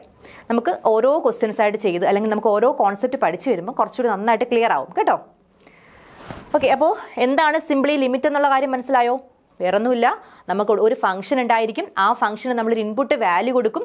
ആ ഇൻപുട്ട് വാല്യൂ കൊടുക്കുന്ന സമയത്ത് ആ ഫംഗ്ഷൻ ഉണ്ടാകുന്ന ബിഹേവിയറലായിട്ടുള്ള ചേഞ്ച്, അതിനെയാണ് അതിൻ്റെ ലിമിറ്റ് എന്ന് പറയുന്നത്. Okay, simply put a function f(x) has limit L at x is equal to a if as x gets closer to a the value of f(x) approaches to L.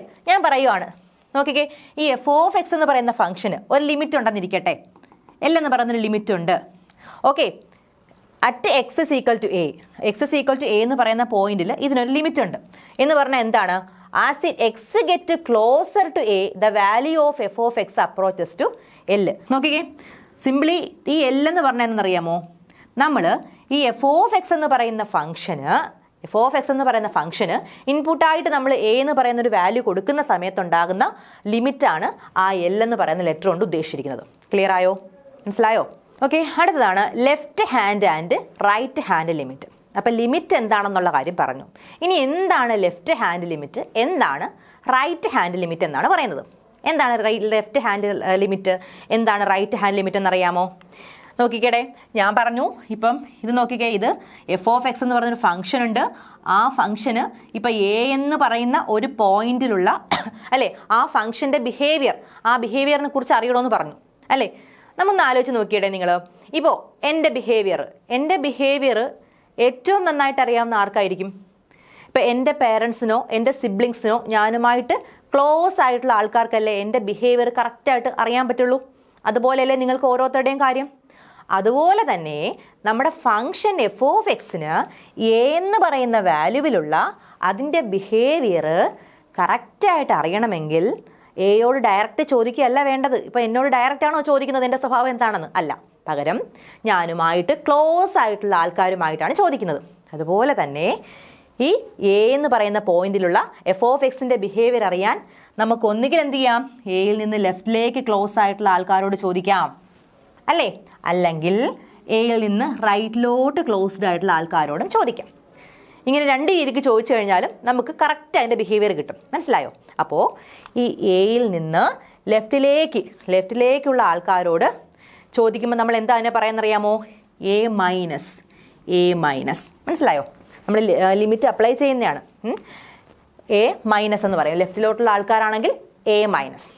അതെന്താണെന്ന് ഞാൻ പറഞ്ഞുതരാം. അതുപോലെ തന്നെ വേറൊരു കാര്യം കൂടി, എയുടെ ക്യാരക്ടർ അറിയാനായിട്ട് അല്ലെങ്കിൽ എയുടെ ബിഹേവിയർ അറിയാനായിട്ട് എയുടെ റൈറ്റിലോട്ടുള്ള ആൾക്കാരോട് ചോദിച്ചാലും കിട്ടുമെന്ന് പറഞ്ഞു അല്ലേ. അതായത് എ പ്ലസ്, കണ്ടോ, എ പ്ലസിനോട് ചോദിച്ചാലും കിട്ടും, എ മൈനസിനോട് ചോദിച്ചാലും കറക്റ്റായിട്ടുള്ള ബിഹേവിയർ കിട്ടും. മനസ്സിലായോ? അപ്പോൾ നമുക്ക് എങ്ങനെ എഴുതാടെ? നമ്മൾ ഈ ലിമിറ്റ് എങ്ങനെ എഴുതുമെന്ന് അറിയാമോ?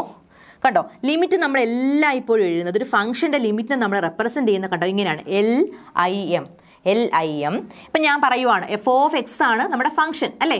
അപ്പോൾ എഫ് ഓഫ് എക്സ് ഫംഗ്ഷൻ ആണെങ്കിൽ ലിമിറ്റ് എക്സ് ടെൻസ് ടു, കണ്ടോ, X tends to A minus F of X. കണ്ടോ, ഇങ്ങനെയാണ് നമ്മൾ എഴുതുന്നത്. അതായത് ലെഫ്റ്റിലോട്ടുള്ള ആൾക്കാരോട് ചോദിക്കുമ്പോൾ ഉള്ള കാര്യമാണ് എ മൈനസ് ആയതുകൊണ്ടാണ് പറയുന്നത്. എന്താണ് നോക്കിക്കേ, limit X tends to A minus F of X. ഇങ്ങനെ നമുക്ക് എഴുതി കഴിഞ്ഞാലും എന്താണ്, എയുടെ ഒരു ബിഹേവിയർ നമുക്ക് കിട്ടും, x tends to A minus. കണ്ടോ, അപ്പോൾ ഈ limit X tends to A minus F of എക്സിനെ നമ്മൾ പറയുന്ന പേരാണ് ലെഫ്റ്റ് ഹാൻഡ് ലിമിറ്റ്. എന്താണ്? ലെഫ്റ്റ് ഹാൻഡ് ലിമിറ്റ് അഥവാ LHL. കണ്ടോ, ലെഫ്റ്റിലോട്ടല്ലേ, എ മൈനസ് അല്ലേ, അതുകൊണ്ടാണ് എന്ത് പറയുന്നത്, ലെഫ്റ്റ് ഹാൻഡ് ലിമിറ്റ് അഥവാ LHL എന്ന് പറയുന്നത്. ക്ലിയർ ആണോ? അതുപോലെ തന്നെ ഇനി എയുടെ ക്യാരക്ടർ അറിയണമെങ്കിൽ, എഫ് ഓഫ് എക്സിന്റെ എയിലുള്ള ക്യാരക്ടർ അറിയണമെങ്കിൽ എന്താണ്, റൈറ്റിലുള്ള ആൾക്കാരോട് ചോദിച്ചാലും കിട്ടത്തില്ലേ. അപ്പോൾ അതിനെ നമുക്ക് എങ്ങനെ എഴുതാടെ? ലെഫ്റ്റ് ഹാൻഡ് ലിമിറ്റ് നമ്മൾ എങ്ങനെ എഴുതി? LIM limit X tends to. കണ്ടോ, ഈ ആരോ മാർക്ക് ഇട്ട് ഇങ്ങനെ ഇടുന്നതിനെ നമ്മൾ വായിക്കുന്നത് ടെൻസ് ടു എന്നാണ്. കണ്ടോ, എക്സിന് ആ ഒരു ടെൻഡൻസി, ആ ഒരു പ്രവണതയുണ്ട് അല്ലേ, അതിലോട്ട് അടുക്കാനുള്ള, എ മൈനസിനോട് അടുക്കാനുള്ള ഒരു പ്രവണത, ടെൻസ് ടു അതാണ് ഉദ്ദേശിക്കുന്നത് കേട്ടോ. അപ്പോൾ X tends to A minus F of X, ഇതാണ് ലെഫ്റ്റ് ഹാൻഡ് ലിമിറ്റ് എന്ന് ഞാൻ പറഞ്ഞു, LHL. ഇനി നമുക്ക് റൈറ്റ് ഹാൻഡ് ലിമിറ്റ് അപ്പോൾ എങ്ങനെ എഴുതാം നോക്കിക്കേ, എങ്ങനെ ആയിരിക്കും? ഇതുപോലെ തന്നെ. എങ്ങനെ? Limit X tends to A plus അല്ലേ, a plus F of X. കണ്ടോ, ഇതാണ് എന്ത്, ഇതാണ് റൈറ്റ് ഹാൻഡ് ലിമിറ്റ്. ഈ ഫംഗ്ഷന്റെ റൈറ്റ് ഹാൻഡ് ലിമിറ്റ് ആണ് കേട്ടോ, എ പ്ലസ് ആയി.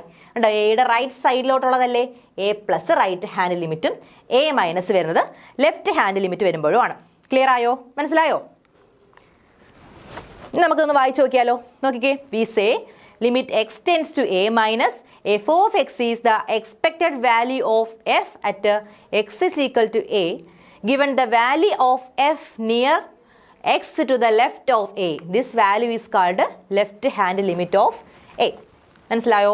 നിങ്ങൾക്ക് ജസ്റ്റ് ഒരു ഡെഫിനിഷൻ കൊടുത്തുവെന്നേ ഉള്ളൂ മനസ്സിലാക്കാനായിട്ട്, വേറെ ഒന്നുമില്ല. കോൺസെപ്റ്റ് ഇത്ര മാത്രമേ ഉള്ളൂ കേട്ടോ.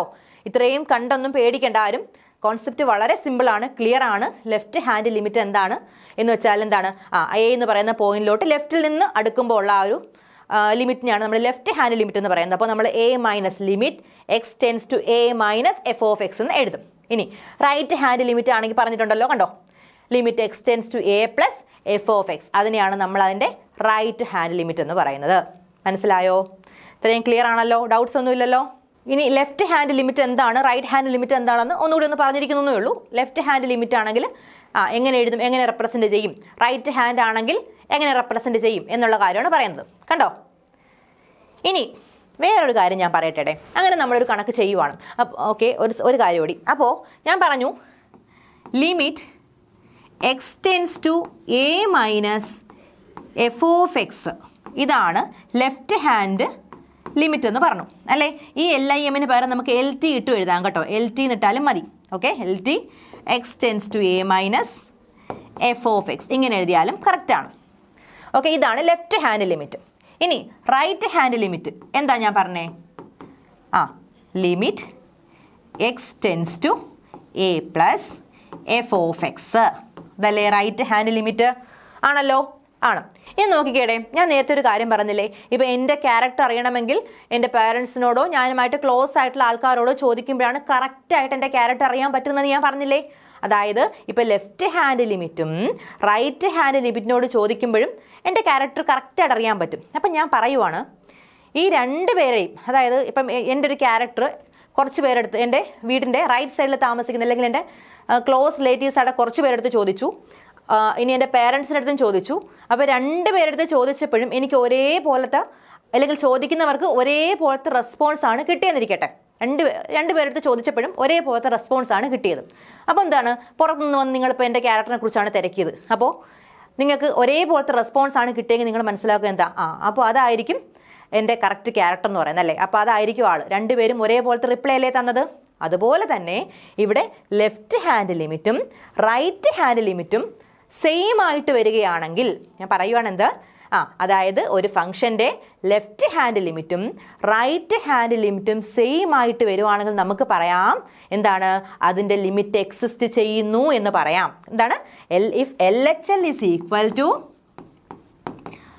RHL ആണെങ്കിൽ നമുക്ക് എന്ത് പറയാടേ, ലിമിറ്റ്സ് എക്സിസ്റ്റ് എന്ന് പറയാം. അവിടെ ലിമിറ്റ് ഉണ്ട്, കണ്ടോ. അപ്പോൾ എന്തായിരിക്കും ലിമിറ്റ് എക്സിസ്റ്റ് ചെയ്യാത്ത കണ്ടീഷൻ? LHLും RHLും രണ്ടും സെയിം അല്ല. സെയിം അല്ലാതെ വരുന്ന കണ്ടീഷൻ ലിമിറ്റ് ഉണ്ടാവോ? ഇല്ല. മനസ്സിലായോ? കേട്ടോടെ, if LHL is equal to RHL then limit exists. Then we can say that limit f of x equal to x tends to a. കണ്ടോ, അതായത് ലിമിറ്റ് എക്സിസ്റ്റ് ചെയ്തു.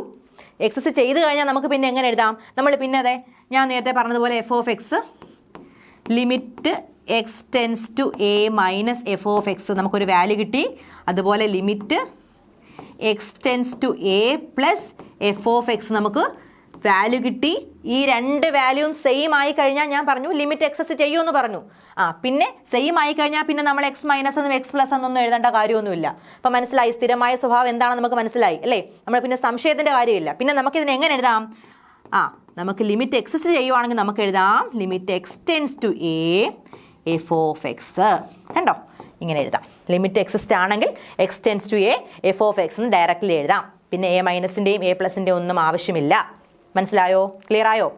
ഓക്കെ, ഇനി നമ്മൾ പോണത് അടുത്തൊരു ടോപ്പിക്കിലേക്കാണ്, ഓൾജിബ്ര ഓഫ് ലിമിറ്റ്സ്.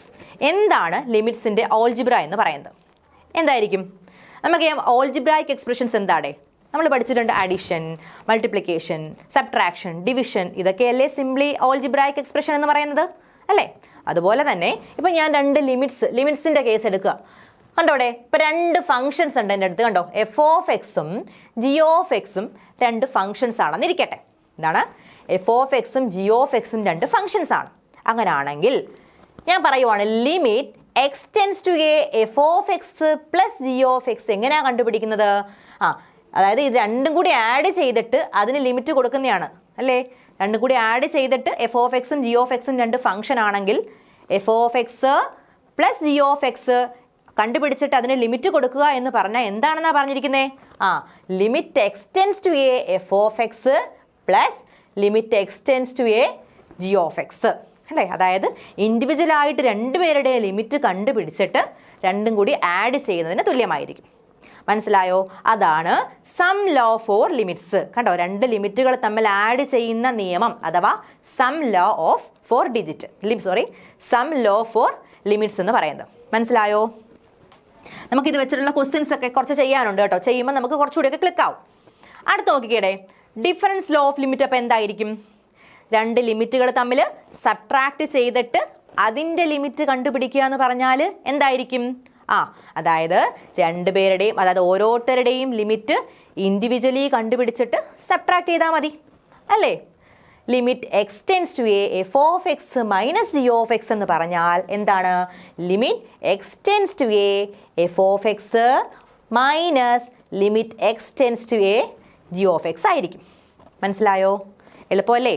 സമ്മ് പോലെ തന്നെ ഇവിടെ പ്ലസ് ആയിരുന്നു, ഇവിടെ മൈനസ് വന്നു. ആ ഒരു വ്യത്യാസമേ ഉള്ളൂ. ഓക്കെ, അടുത്ത് നോക്കിക്കേ. Constant multiple law for limit. Multiple law for limit എന്തായിരിക്കും? ഇപ്പം പറഞ്ഞതുപോലെ തന്നെ ആഡ് ചെയ്യുകയും സബ്ട്രാക്ട് ചെയ്യുകയും ചെയ്തതുപോലെ തന്നെ ആണോ? നോക്കിക്കേ, limit c into f of x equal to c into limit X tends to A F of x. അതെന്തുവാടേ? നോക്കിക്കേ, ഇത്രയും നേരം നമ്മൾ ചെയ്ത പോലാണോ? ഒരു ചെറിയ വ്യത്യാസമുണ്ട്. ഇത്രയും നേരമാണെങ്കിൽ നമ്മൾ ഡയറക്റ്റ് എടുത്ത് രണ്ട് പേരുടെ ആഡ് ചെയ്തതിൻ്റെ ലിമിറ്റ് കണ്ടുപിടിക്കാനായിരുന്നെങ്കിൽ ഓരോരുത്തരെയും ഇൻഡിവിജ്വലി ലിമിറ്റ് കണ്ടുപിടിച്ചതിന് ശേഷം ആഡ് ചെയ്യുവാണ് ചെയ്തത്.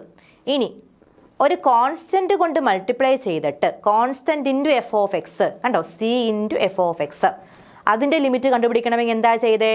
അവിടെ കോൺസ്റ്റന്റിന് നമ്മൾ ലിമിറ്റ് ഒന്നും കണ്ടുപിടിക്കണ്ട. ആ കോൺസ്റ്റന്റിനെ ഇനി പുറത്ത് കൊണ്ടുവന്ന് അങ്ങ് മൾട്ടിപ്ലൈ ചെയ്താൽ മതി. കണ്ടോ, സി ഇഞ്ഞ് മാറ്റി വെച്ചിട്ട് ആ ഫംഗ്ഷന് മാത്രം ലിമിറ്റ് കൊടുത്താൽ മതി. എന്താണ്? കോൺസ്റ്റന്റ് ഇഞ്ഞ് മാറ്റി വെച്ചിട്ട് കണ്ടോ, c into limit X tends to A F of X, കണ്ടോ, ഫംഗ്ഷന് മാത്രം ലിമിറ്റ് കൊടുത്താൽ മതി. കോൺസ്റ്റന്റ് നമുക്കങ്ങ് മാറ്റി വയ്ക്കാം. ക്ലിയർ ആണോ? അതാണ് constant multiple law for limit എന്ന് പറയുന്നത്. ക്ലിയർ? അടുത്തപ്പോൾ എന്താണ്? ഇനി അടുത്തത് പ്രോഡക്റ്റ് ലോ ഫോർ ലിമിറ്റ്. രണ്ട് ലിമിറ്റ്സിന്റെ പ്രോഡക്റ്റ് ലോയെ കുറിച്ചാണ് പറയുന്നത്. എന്തായിരിക്കും പ്രോഡക്റ്റ് ലോ? സിംപ്ലി നമ്മൾ മൾട്ടിപ്ലൈ ചെയ്യുന്ന പോലെ തന്നെയാണ് അല്ലേ? രണ്ട് ഫങ്ഷൻസ് തമ്മിൽ മൾട്ടിപ്ലൈ ചെയ്തിട്ട് അവരുടെ ലിമിറ്റ് കണ്ടുപിടിക്കുക. അതായത് limit X tends to A F of x into g of X എന്ന് പറഞ്ഞാൽ എന്താണ്? Limit X tends to A F of x into limit X tends to a g of x അല്ലേ? എളുപ്പമല്ലേ? മനസ്സിലായോ എങ്ങനെയാ ചെയ്തതെന്ന്? ഓക്കെ, അതാണ് പ്രോഡക്റ്റ് ലോ ഫോർ ലിമിറ്റ് എന്ന് പറയുന്നത്. ഇനി അടുത്ത് നോക്കിക്കേ, കോഷ്യന്റ് ലോ ഫോർ ലിമിറ്റ്. എന്തായിരിക്കും കോഷ്യന്റ് ലോ? കോഷ്യന്റ് എന്ന് പറഞ്ഞാൽ എന്തുമായിട്ട് ബന്ധപ്പെട്ടതാണ്? ഡിവിഷൻ അല്ലേ കോഷ്യന്റ്? അപ്പൊ കോഷ്യന്റ് ലോ ഫോർ ലിമിറ്റ് എന്താ? Limit X tends to A F of x divided by g of x. രണ്ട് ഫംഗ്ഷൻസിനെ ഡിവൈഡ് ചെയ്തിട്ട് അതിന്റെ ലിമിറ്റ് കണ്ടുപിടിക്കുക എന്ന് പറഞ്ഞാൽ എന്താണ്? ഓരോ ഫംഗ്ഷനെയും ലിമിറ്റ് എടുത്ത് കണ്ടുപിടിച്ചതിന് ശേഷം അവരെ ഡിവൈഡ് ചെയ്തതിന് തുല്യമായിരിക്കും അല്ലേ? Limit X tends to A F of x by g of X എന്ന് പറഞ്ഞാൽ limit X tends to A F of x divided by limit X tends to a g of x ആയിരിക്കും. മനസ്സിലായോ? Easy അല്ലേ? എളുപ്പമല്ലേ? നമ്മൾ വിചാരിക്കുന്ന കണക്ക് ഒരു പാടുമില്ല. ലിമിറ്റ് വളരെ ഈസിയാണ് കേട്ടോ. ചെറിയൊരു ഐഡിയ മാത്രമേ അതിനകത്തുള്ളൂ. ഓക്കെ, ആ ഒരു ഐഡിയ നമുക്ക് മനസ്സിലായി കഴിഞ്ഞാൽ എളുപ്പത്തിന് നമുക്ക് പടപടാ എല്ലാ ക്വസ്റ്റ്യൻസും ചെയ്യാൻ പറ്റും. ഓക്കെ, ഫസ്റ്റ് ഒരു ക്വസ്റ്റ്യൻ നോക്കിക്കേടാ. Limit X tends to 2 x square minus 1 കേട്ടോ. ഈ ക്വസ്റ്റ്യൻസ് ഇതിൽ എഴുതിയിട്ട് ഞാൻ എന്തായാലും ഒരു പ്രാവശ്യം എഴുതി കാണിക്കുമ്പോൾ നിങ്ങൾക്ക് കുറച്ചുകൂടി മനസ്സിലാകും കേട്ടോ. ഈ ക്വസ്റ്റ്യൻസ് ഞാൻ എഴുതുന്നുണ്ടല്ലോ, അത് ഞാൻ ഒന്നുകൂടി എഴുതി കാണിക്കുമ്പോൾ നിങ്ങൾക്ക് കുറച്ചുകൂടി മനസ്സിലാകും കേട്ടോ. നോക്കിക്കേ, limit X tends to 2 x square minus 1 എങ്ങനെ ചെയ്യുവാടാ? ലിമിറ്റ് ഇതാണ് നമ്മുടെ question. X tends to 2 x square minus 1 ഇതാണ് കണ്ടുപിടിക്കാനുള്ളത്. എങ്ങനെ ചെയ്യും? അതായത് എക്സിന്റെ വാല്യൂ ടെൻസ് ടു 2, 2വിനോട് അടുക്കുമ്പോൾ, ടെൻസ് ടു 2 എന്ന് പറഞ്ഞാൽ എന്താ? നേരത്തെ ടെൻസ് ടു എ എന്താ പറഞ്ഞേ? എയിനോട് അടുക്കുമ്പോൾ എക്സിന്റെ വാല്യൂ എ എന്നാണോ അതിന്റെ അർത്ഥം? അല്ലെങ്കിൽ എക്സിന്റെ വാല്യൂ 2 എന്നാണോ അർത്ഥം? 2 അല്ല, 2വിനോട് അടുക്കുകയാണ്. അതായത് ഒന്നുകിൽ 2വിനേക്കാൾ ചെറിയ വ്യത്യാസമുള്ള സ്ലൈറ്റ്ലി കൂടിയ വാല്യൂസ് ആവാം, അല്ലെങ്കിൽ 2വിനേക്കാൾ ചെറുതായി കുറഞ്ഞ വാല്യൂസ് ആവാം. എക്സാക്ട്ലി 2 അല്ല. മനസ്സിലായോ? അതാണ് ടെൻസ് ടു 2 അല്ലെങ്കിൽ ടെൻസ് ടു എ എന്ന് പറയുന്നത്. ഓക്കെ, അപ്പോൾ limit X tends to 2 x square minus 1 എന്തായിരിക്കും? ഇതെങ്ങനെയാണ് ചെയ്യുന്നറിയാമോ? നമ്മളിങ്ങനെ ഒരു ക്വസ്റ്റ്യൻ കിട്ടിക്കഴിഞ്ഞാൽ വേറെ ഒന്നുമില്ല, സിമ്പിളാണ് ചെയ്യാൻ. ഇവിടെ എക്സ് കാണുന്നിടത്ത് അങ്ങ് 2 ഇട്ട് കൊടുത്താൽ മതി. എക്സിൻ്റെ വാല്യൂ 2വിലേക്ക് അടുക്കുമ്പോൾ എഫ് ഓഫ് എക്സിൻ്റെ വാല്യൂ, ഇപ്പോൾ എഫ് ഓഫ് എക്സ് എന്ന് ഉദ്ദേശിക്കുന്നത് ഇവിടെ ഈ ഫംഗ്ഷൻ ആണ് കേട്ടോ. ഇവിടെ എക്സ് സ്ക്വയർ മൈനസ് 1 എന്ന് പറഞ്ഞ ഫംഗ്ഷനാണ് എഫ് ഓഫ് എക്സ് എന്നുള്ളത് കൊണ്ട് ഉദ്ദേശിക്കുന്നത് കേട്ടോ. എഫ് ഓഫ് എക്സ് എന്ന് എഴുതിയില്ലെന്നേ ഉള്ളൂ.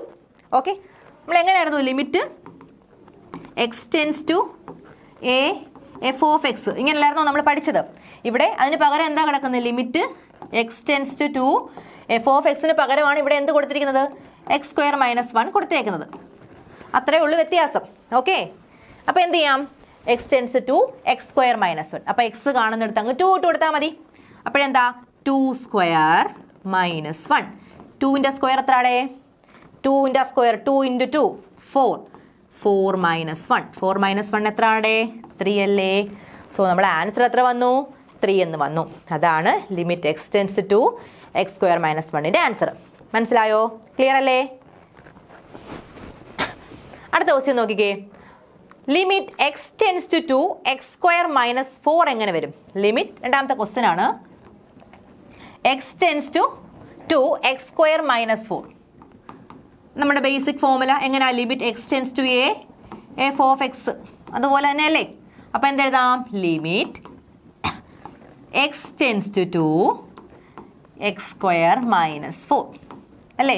അപ്പോൾ എക്സ് കാണുന്നിടത്ത് അങ്ങ് 2 ഇട്ട് കൊടുത്താൽ മതി. 2² - 4. 2ന്റെ സ്ക്വയർ എത്ര? 4 അല്ലേ? 4 - 4. അപ്പം എന്ത് വരും ഇവിടെ? 0 വരും. 0 അല്ലേ? നമുക്ക് എന്താ വന്നേ? Limit x² - 4 x tends to 2x² - 4ന്റെ വാല്യൂ നമുക്ക് 0 വന്നു. സിമ്പിൾ അല്ലേ? സിമ്പിളാണ്. ഇത് കണ്ട് സന്തോഷിക്കൊന്നും വേണ്ട. വേറെ കുറച്ച് ക്വസ്റ്റ്യൻസ് ഒക്കെ വരുന്നുണ്ട് കേട്ടോ.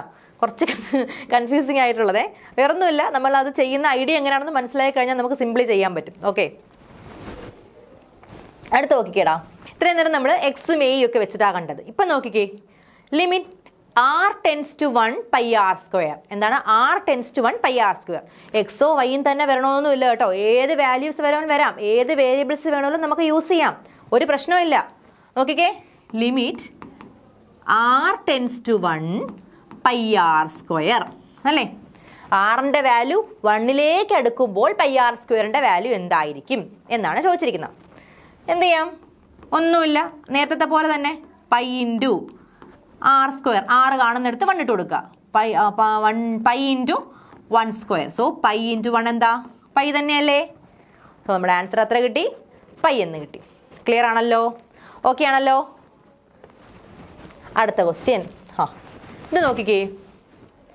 Find f of x is equal to 2x plus 3 if x less than or equal to 0 and 3 into x plus 1 if x greater than 0.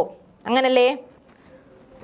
നോക്കിക്കേടേ, ഞാനേ ഈ ക്ലാസ് തുടങ്ങിയ സമയത്ത് ആദ്യം കുറച്ച് കാര്യങ്ങളൊക്കെ പറഞ്ഞു. ലെഫ്റ്റ് ഹാൻഡ് ലിമിറ്റിൻ്റെ കാര്യവും പറഞ്ഞു, റൈറ്റ് ഹാൻഡ് ലിമിറ്റിൻ്റെ കാര്യവും പറഞ്ഞു അല്ലേ?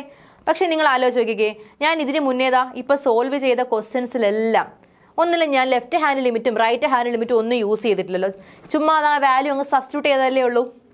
ഡയറക്റ്റ് എക്സ് ടെൻസ് ടു എന്താണോ ആ വാല്യൂ അങ്ങ് സബ്സ്റ്റിറ്റ്യൂട്ട് ചെയ്ത് കൊടുത്തേ ഉള്ളൂ. ലെഫ്റ്റ് ഹാൻഡും റൈറ്റ് ഹാൻഡും ഒന്നും അപ്ലൈ ചെയ്തിട്ടില്ല. എന്തുകൊണ്ടാണ് അത് എന്താണ്? അവിടെയൊക്കെ നമുക്ക് ഒരൊറ്റ ഫംഗ്ഷൻ മാത്രമേ ഉണ്ടായിരുന്നുള്ളൂ. ഒരൊറ്റ ഫംഗ്ഷൻ, ഒരു റേഞ്ചിൽ ഒരു ഫംഗ്ഷനേ ഉണ്ടായിരുന്നുള്ളൂ. അപ്പം നമുക്ക് ഡയറക്റ്റ് ആ വാല്യൂ കൊടുക്കാൻ പറ്റുമായിരുന്നു. പക്ഷേ നമ്മുടെ ഇപ്പോഴത്തെ ക്വസ്റ്റ്യൻ ശ്രദ്ധിച്ചേടാ, ഇവിടെ 2 റേഞ്ചില്ലേ? അതായത് എഫ് ഓഫ് എക്സിൻ്റെ വാല്യൂ എന്താണ്? 2x + 3 ആകും. എപ്പോഴാണ്? X less than or equal to 0. എക്സിൻ്റെ value less than or equal to 0 ആവുന്ന കേസിൽ എഫ് ഓഫ് എക്സ് 2x + 3 ആണ്. അതുപോലെ തന്നെ എന്താണ്? എഫ് ഓഫ് എക്സിൻ്റെ വാല്യൂ ഗ്രേറ്റർ ദാൻ 0 ആവുന്ന കേസിൽ 3 × x + 1 ആണെന്ന് പറയുന്നുണ്ട്. അപ്പം നമ്മൾ എന്ത് വേണം ഇവിടെ? ഇവിടെയാണ് നമ്മൾ രണ്ടും കണ്ടുപിടിക്കാനുള്ളത്. ഏതൊക്കെ? LHL കണ്ടുപിടിക്കണം, RHL കണ്ടുപിടിക്കണം. നമുക്ക് നോക്കിയാലോ. അപ്പം ഞാൻ ആദ്യം LHL RHL ഒക്കെ ഒന്ന് കണ്ടുപിടിക്കാൻ പോവുകയാണേ. അപ്പോൾ LHL എന്താണ്? ലെഫ്റ്റ് ഹാൻഡ് ലിമിറ്റ് അല്ലേ? Left hand. നോക്കിക്കേ, ഞാൻ പറഞ്ഞു ഇതിപ്പോൾ എ എന്ന് പറയുന്ന ഒരു വാല്യൂ ആണ് നമുക്ക് എഫ് ഓഫ് എക്സിന് കൊടുക്കേണ്ടതെങ്കിൽ അതിൻ്റെ ലെഫ്റ്റ് ഹാൻഡ് ലിമിറ്റ് എന്ന് പറഞ്ഞാൽ എന്തായിരിക്കും? ലെഫ്റ്റിൽ നിന്ന് വരുന്നത് ഇങ്ങോട്ടുള്ള വാല്യൂ A- എന്നല്ലേ പറഞ്ഞത്? ആണ്. റൈറ്റിൽ നിന്നുള്ള വാല്യൂ എന്താ ഞാൻ പറഞ്ഞത്? A+ അല്ലേ പറഞ്ഞത്? ആണ് അല്ലേ? അപ്പോൾ ലെഫ്റ്റിൽ നിന്നുള്ളത് A-, അതായത് ലെഫ്റ്റിൽ നിന്നുള്ളതെന്ന് പറയുമ്പം ലെസ് ദാൻ ആയിരിക്കും അല്ലേ? അപ്പോൾ നോക്കിക്കേടാ, നമ്മുടെ ഈ ഫംഗ്ഷനകത്ത് എക്സിൻ്റെ value x less than or equal to 0 വരുന്ന എപ്പോഴാ? വരുന്ന സമയത്തുള്ള ഫംഗ്ഷൻ ഏതാ? F of x is equal to 2x + 3 ആണ് അല്ലേ? അങ്ങനെയല്ലേ കൊടുത്തേക്കുന്ന. അപ്പം നമുക്കിതിനെ എങ്ങനെ സ്പ്ലിറ്റ് ചെയ്ത് എഴുതാം? നോക്കിക്കേ, ഞാൻ എഴുതുന്നത് ശരിയാണോ നോക്കിക്കേ. ലിമിറ്റ് എക്സ് ടെൻസ് ടു എന്താണ്? നമ്മുടെ പറഞ്ഞിരിക്കുന്ന വാല്യൂ 0 അല്ലേ? 2 സ്ഥലത്തും 0 തന്നെയല്ലേ? അപ്പോൾ എന്താണ്? എക്സ് ടെൻസ് 0 അല്ലേ? ലെസ് ദാൻ അല്ലേ? ലെസ് ദാൻ 0 അല്ലേ? അപ്പോൾ 0- കണ്ടോ? ലിമിറ്റ് എക്സ് ടെൻസ് ടു 0- എന്തെഴുതാം? 2x + 3 കണ്ടോ? ഇങ്ങനെയാ ചെയ്യുന്നേ. Limit X tends to 0- f of x. F of എക്സിന് പകരം 2x + 3 കൊടുത്തു. ഇനി എന്ത് വേണം? ഇനി നമ്മൾ എന്ത് ചെയ്യണം? എക്സ് കാണുന്നിടത്തെല്ലാം 0 ഇട്ട് കൊടുക്കണം. മനസ്സിലായോ? നേരത്തെ അങ്ങനെയല്ലേ ചെയ്താ? F of x x tends to A- അല്ലെങ്കിൽ എഫ് ഓഫ് എക്സ് കണ്ടുപിടിച്ചിട്ട് എക്സ് കാണുന്നിടത്തൊക്കെ ഇട്ട് കൊടുത്തു. അതുപോലെ തന്നെ ഇവിടെ നമുക്ക് ലിമിറ്റ് കിട്ടി. ലിമിറ്റ് എക്സ് ടെൻസ് 0- 2x + 3 എന്ന് പറഞ്ഞാൽ നമ്മൾ ലിമിറ്റ് അപ്ലൈ ചെയ്തതിന് ശേഷം എക്സ് കാണുന്നിടത്ത് അങ്ങ് 0 ഇട്ട് കൊടുക്കണം. അപ്പോൾ എങ്ങനെ എഴുതും? Limit X tends to 0 minus എന്താ 2x പ്ലസ് 3 2 ഇൻറ്റു എക്സിന് പകരം 0 പ്ലസ് 3 2 ഇൻറ്റു 0 എന്താണ് 0 പ്ലസ് 3. അപ്പം നമുക്ക് എന്താ വന്നത് നോക്കിക്കേ, limit X tends to 0 minus എന്താണ് എഫ് ഓഫ് എക്സ് അല്ലെങ്കിൽ 2x പ്ലസ് 3 എന്ന് പറഞ്ഞാൽ അതിൻ്റെ ഉത്തരം നമുക്ക് എന്താ വന്നേ, നമുക്ക് 3 എന്ന് വന്നു അല്ലേ. അതായത് നമുക്ക് ലെഫ്റ്റ് ഹാൻഡ് ലിമിറ്റിൻ്റെ വാല്യൂ അവിടെ 3 എന്ന് വന്നു. ക്ലിയർ ആണല്ലോ, അത്രയും ഓക്കെ ആണല്ലോ. ഓക്കെ, ഇനി നമുക്ക് എന്ത് ചെയ്യാം, റൈറ്റ് ഹാൻഡ് ലിമിറ്റ് കണ്ടുപിടിക്കാം. അപ്പോൾ നോക്കിക്കേടാ, റൈറ്റ് ഹാൻഡ് ലിമിറ്റ് എങ്ങനെ കണ്ടുപിടിക്കും? നമുക്കറിയാം റൈറ്റ് ഹാൻഡ് ലിമിറ്റ് കണ്ടുപിടിക്കണം നമുക്ക് ലിമിറ്റ് എക്സ് ടെൻസ് ടു അല്ലേ, എക്സ് ടെൻസ് ടു 0 പ്ലസ് ആവണ്ടേ അല്ലേ, 0യുടെ റൈറ്റ് സൈഡിലുള്ളത്. ഇപ്പോൾ ഇവിടെ എ ആണെങ്കിൽ എ പ്ലസ്, ഇവിടെ ഇപ്പോൾ 0 ആണെങ്കിൽ 0 പ്ലസ് വേണം. അത് എക്സിൻ്റെ വാല്യൂ 0ത്തേക്കാൾ കൂടുതലാകണം. കണ്ടോ, X tends to 0 plus limit X tends to 0 plus വരുന്ന സമയത്ത് എന്താണ് വാല്യൂ 3 ഇൻറ്റു എക്സ് പ്ലസ് 1 അല്ലേ, 3 ഇൻറ്റു എക്സ് പ്ലസ് 1. ഓക്കെ അല്ലേ. അപ്പോഴോ limit X tends to 0 plus 3 into x plus 1, x കാണുന്നിടത്ത് 0 ഇട്ട് കൊടുക്കാം, 3 ഇൻറ്റു 0 പ്ലസ് 1 എന്ന് വരും. എന്ത് വരും ചെയ്യുമ്പോൾ 3 ഇൻറ്റു 0 0 വരും, 3 ഇൻറ്റു 1 1, 0 പ്ലസ് 3 നമുക്ക് എന്താ ആൻസർ വരുന്നേ 3 എന്ന് വന്നു. അപ്പം നോക്കിക്കേ, നമുക്ക് ലെഫ്റ്റ് ഹാൻഡ് ലിമിറ്റ് കണ്ടുപിടിച്ചപ്പോൾ എത്ര വന്നത് ആൻസർ ഫൈനലി 3 വന്നു. റൈറ്റ് ഹാൻഡ് ലിമിറ്റ് ചെയ്തപ്പോഴും നമുക്ക് എത്ര വന്നത് 3 വന്നു അല്ലേ. നോക്കിക്കേ, ഞാൻ നേരത്തെ ഒരു കാര്യം പറഞ്ഞായിരുന്നു, എന്താ അതായത് ഇപ്പോൾ എൻ്റെ ക്യാരക്ടർ ചോദിച്ചപ്പോൾ എൻ്റെ എല്ലാവരും എൻ്റെ ക്ലോസ് ആയിട്ടുള്ളവരും പേരൻസും എല്ലാം ഒരേപോലെയാണ് പറയുന്നതെങ്കിൽ അതാണ് എൻ്റെ ഫിക്സഡ് ആയിട്ടുള്ള ക്യാരക്ടർ എന്ന് പറഞ്ഞു. അതുപോലെ തന്നെ ഇവിടെ ലെഫ്റ്റ് ഹാൻഡ് ലിമിറ്റും റൈറ്റ് ഹാൻഡ് ലിമിറ്റും ഇവിടെ സെയിം ആയിട്ട് വന്നില്ലേ. അപ്പോൾ നമുക്ക് എന്ത് കൺഫേം ചെയ്ത് പറയാം, അപ്പോൾ ഇതിൻ്റെ ലിമിറ്റ് എന്ന് പറഞ്ഞാൽ എന്തായിരിക്കും, limit X tends to 0 2x plus 3 അല്ലെങ്കിൽ എഫ് ഓഫ് എക്സ് എന്ന് പറയുന്നത്, അല്ലെങ്കിൽ 2x പ്ലസ് 3 അല്ല എഫ് ഓഫ് എക്സ്, ആ ഫംഗ്ഷൻ്റെ എക്സ് ടെൻസ് ടു 0യിലുള്ള ഫംഗ്ഷൻ്റെ വാല്യൂ എന്ന് പറഞ്ഞാൽ എന്തായിരിക്കും 3 ആയിരിക്കും. മനസ്സിലായോ? അതായത് ഇവിടെ എന്താടാ LHL is equal to RHL ആണ്. അതുകൊണ്ട് തന്നെ നമുക്ക് എന്ത് പറയാം, ലിമിറ്റ് എക്സിസ്റ്റ് എന്ന് പറയാം. കണ്ടോ, LHL is equal to RHL ആയതുകൊണ്ട് നമുക്ക് എന്ത് പറയാം, ഇതിൻ്റെ ലിമിറ്റ് എക്സിസ്റ്റ് ചെയ്യുന്നു എന്ന് പറയാം അല്ലേ.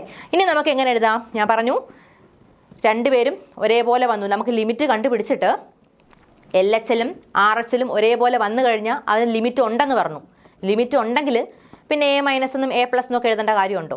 പിന്നെ അങ്ങനെ എഴുതേണ്ട ആവശ്യമില്ല. പിന്നെ നമ്മൾ എങ്ങനെ എഴുതിയത്, നേരത്തെ രണ്ടുപേരുടെയും LHLും RHLും ഈക്വൽ ആയിട്ട് വന്നപ്പോൾ നമ്മൾ എങ്ങനെ എഴുതിയത്, limit X tends to A മൈനസും അല്ല A പ്ലസും അല്ല, limit X tends to A f of x എന്നല്ലേ എഴുതിയത്. അതുപോലെ തന്നെ ഇവിടെ നമുക്ക് എങ്ങനെ എഴുതാം, limit X tends to A അല്ലേ എഫ് ഓഫ് എക്സ് അല്ലേ. ഇവിടെ എന്താണ്, ഇവിടെ x tends to 0 f of x ഇവിടെ എന്താണ് ഈക്വൽ ടു 3 ആണ്.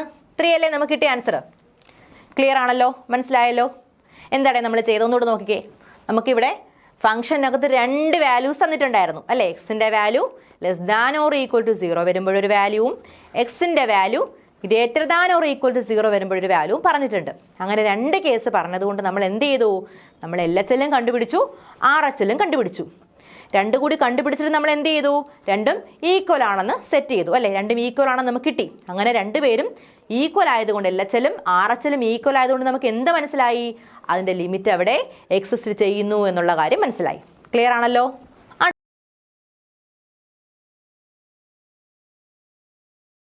നമസ്കാരം, സഹകാരി റൈസ് പ്ലസിലേക്ക് ഏവർക്കും സ്വാഗതം. നമ്മളത് നോക്കുന്നത് പ്രോബബിലിറ്റി എന്നുള്ള ടോപ്പിക്കാണ്. അപ്പോൾ എന്താണ് പ്രോബബിലിറ്റി? പ്രോബബിലിറ്റി എന്ന് പറഞ്ഞു കഴിഞ്ഞാൽ വളരെ വ്യക്തമായി നമുക്ക് പറയാം സാധ്യത, അല്ലെങ്കിൽ നമുക്ക് മലയാളത്തിൽ പറയാൻ പറ്റുന്ന ഒരു വേർഡാണ് സാധ്യത എന്നുള്ളത്. ഏതൊരു കാര്യം നമ്മൾ സംസാരിക്കുമ്പോഴും അതിന് നമ്മളൊരു സാധ്യത കണ്ടെത്താറുണ്ട്. ഒന്നാമതായി നമ്മൾ പറയുമ്പോൾ ഈ എക്സാം ക്രാക്ക് ചെയ്യാൻ സാധ്യത ഉണ്ടോ ഇല്ലയോ എന്നുള്ളൊരു ചോദ്യത്തിന് നിങ്ങൾ പലരും പറയും എക്സാം ക്രാക്ക് ചെയ്യും എന്ന് പറയും. ചിലർ പറയും പഠിക്കാത്ത ഒരു വിഭാഗം അവർ പറയും സാധ്യത ഇല്ല എന്ന് പറയും. അപ്പോൾ അങ്ങനെ പറയുമ്പോഴത്തേക്ക് തന്നെ 2 സാധ്യതയായി. ഒരു ഇന്നത്തെ ദിവസം മഴ പെയ്യാൻ സാധ്യതയുണ്ടോ എന്ന് ചോദിക്കുമ്പോഴത്തേക്കും നമ്മൾ പറയും സാധ്യതയുണ്ട്, സാധ്യതയില്ല എന്നിങ്ങനെ. ഓക്കെ, അപ്പോൾ ഈ ഒരു കാര്യത്തെ മാത്തമാറ്റിക്കൽ ഫോമിലേക്ക് കൊണ്ടുവരുമ്പോഴത്തേക്കാണ് നമുക്ക് എന്തെന്ന് പറയുന്നത്, പ്രോബബിലിറ്റി എന്നുള്ളൊരു കാര്യം ഇവിടെ അപ്ലൈ ചെയ്ത് വരുന്നത്. അപ്പോൾ പ്രോബബിലിറ്റി പറയുന്ന മറ്റൊരു പേരെന്ന് പറയുന്നത് മാത്തമാറ്റിക്സ് ഓഫ് ചാൻസസ് എന്നുള്ളതാണ്. അപ്പോൾ പ്രോബിലിറ്റി എന്ന് പറഞ്ഞു കഴിഞ്ഞാൽ നമുക്ക് വേറൊരു വേർഡ് പറയാൻ പറ്റുന്നത് പോസിബിലിറ്റി എന്നും നമുക്ക് പറയാൻ പറ്റും. പോസിബിലിറ്റി എന്ന് പറഞ്ഞു കഴിഞ്ഞാൽ ഒരു കോയിൻ ടോസ് ചെയ്യുന്നു. കോയിൻ ടോസ് ചെയ്ത് കഴിഞ്ഞാൽ നമുക്ക് ലഭിക്കുന്നത് മേ ബി ഒരു ഹെഡ് ആയിരിക്കാം, അല്ലെങ്കിൽ ഒരു ടെയിൽ ആയിരിക്കാം. അപ്പോൾ അവിടെ നമുക്ക് ഹെഡ് കിട്ടണമെങ്കിൽ നമുക്കൊരു പോസിബിലിറ്റി വേണം. അതേപോലെ തന്നെ നമുക്ക് ടെയിൽ കിട്ടുന്നതെങ്കിൽ നമുക്ക് എന്ത് വേണം? ഒരു പോസിബിലിറ്റി വേണം. അപ്പോൾ ഏതൊരു കാര്യം പറയുമ്പോഴത്തേക്കും ഇതിൻ്റെ അകത്ത് ഒരു പോസിബിലിറ്റി നമ്മൾ കണ്ടെത്താറുണ്ട്. അപ്പോൾ അതിൽ ഒന്നാണ് നമ്മൾ ഈ പറഞ്ഞ ഒരു എക്സാമ്പിളാണ് നമ്മൾ ഈ പറഞ്ഞ കോയിൻ്റെ കാര്യം പറഞ്ഞത്. അതേപോലെ തന്നെ മറ്റൊരു എക്സാമ്പിളാണ് അതിൽ വരുന്ന ഡൈസ്. ഒരു ഡൈസ് റോൾ ചെയ്യുമ്പോഴത്തേക്ക് എന്താണ് സംഭവിക്കുന്നത് എന്നുള്ളത്. അതേപോലെ തന്നെ മറ്റൊരു കാര്യമാണ് കാർഡ് എന്ന് പറയുന്നത്. ചീട്ട് എന്ന് പറയുമ്പോഴത്തേക്ക് 52 എണ്ണമാണുള്ളത്. അതേപോലെ തന്നെ ഡൈസ് എന്ന് പറയുമ്പോഴത്തേക്ക് അതിന് 6 ഫേസസ് ആണ് വരുന്നത്. കോയിൻ എന്ന് പറയുമ്പോഴത്തേക്ക് അതിൽ വരുന്നത് ഹെഡും ടെയിലും, അങ്ങനെ 2 എണ്ണമാണ് ടോട്ടൽ അവിടെ വരുന്നത്. അപ്പോൾ ഈ പ്രോബിലിറ്റി എന്ന് പറയുന്ന സാധനത്തിൽ ഏറ്റവും ഇമ്പോർട്ടൻ്റ് ആയിട്ട് വരുന്ന ഒരു കാര്യം എന്ന് പറയുന്നത് ഫോർമുല ഓഫ് പ്രോബിലിറ്റി ആണ്. പ്രോബിലിറ്റിക്ക് നമ്മൾ എപ്പോഴും കൃത്യമായിട്ടുള്ളൊരു ഫോർമുല പറയുന്നുണ്ട്. ഈ ഫോർമുല നമ്മുടെ ഈ ബേസിൽ നിന്ന് തുടങ്ങി നമ്മൾ അങ്ങേയറ്റം, അതായത് ഒരു +2 ലെവൽ, ഒരു ഡിഗ്രി ലെവൽ വരെ പോയാൽ പോലും ഇതാണ് ഏറ്റവും ബേസ് ആയിട്ടുള്ള സാധനം എന്ന് പറയുന്നത്. ഇതില്ലാതെ നമുക്ക് എന്ത് ചെയ്യാൻ പറ്റില്ല, പ്രോബിലിറ്റി എന്ന് പറയുന്ന ടോപ്പിക്ക് പഠിക്കാനേ സാധ്യമല്ല. അപ്പോൾ എന്താണ് probability? Probability of an event എന്ന് പറയുന്നത് എങ്ങനെയാണെന്ന് നോക്കാം. Number of favourable outcome. Number of favourable outcome എന്ന് പറഞ്ഞാൽ നമുക്ക് വേണ്ട കാര്യം എന്താണോ അത് മാത്രം എടുക്കുന്നതിനെയാണ് നമ്മൾ ഫേവറബിൾ ഔട്ട്കം എന്ന് പറയുന്നത്. അതിൻ്റെ എണ്ണം, എത്ര എണ്ണമുണ്ടോ അത് മാത്രം എടുക്കുക. ഇനി നമ്പർ ഓഫ് പോസിബിൾ ഔട്ട്കം, രണ്ടാമത് നമ്മൾ പറഞ്ഞത് divided by number of possible outcome. Possible outcome എന്ന് പറഞ്ഞാൽ അവിടെ വരുന്ന എല്ലാ കാര്യങ്ങളും, അവിടെ എന്തൊക്കെ ഉണ്ടായിരിക്കാമോ അതിൻ്റെ എല്ലാം എണ്ണം എടുക്കുന്നതാണ് ഏതെന്ന് പറയുന്നത് total number of possible outcome എന്ന് പറയുന്നത്. അപ്പോൾ പ്രോബിലിറ്റി ഓഫ് ആൻ ഇവന്റ് എന്ന് പറയുമ്പോഴത്തേക്ക് നമുക്ക് എന്ത് പറയാം? Number of favourable outcome divided by total number of possible outcome എന്ന് നമുക്ക് പറയാം. ഒരു എക്സാമ്പിൾ നോക്കിയാലോ. if you roll a dice, the probability of getting an even number is എന്താണ്? നമുക്കൊരു എക്സാമ്പിൾ നോക്കിയാലോ. ഒരു എക്സാമ്പിൾ എന്ന് പറയുമ്പോൾ if you roll a dice, the probability of getting an even number is, ഒരു ഈവൺ നമ്പർ ആണ് നമുക്ക് ലഭിക്കാനുള്ള സാധ്യത എന്ന് പറയുന്നത്. ഈവൺ നമ്പർ ആണെങ്കിൽ നമ്മൾ എന്ത് ചെയ്യും?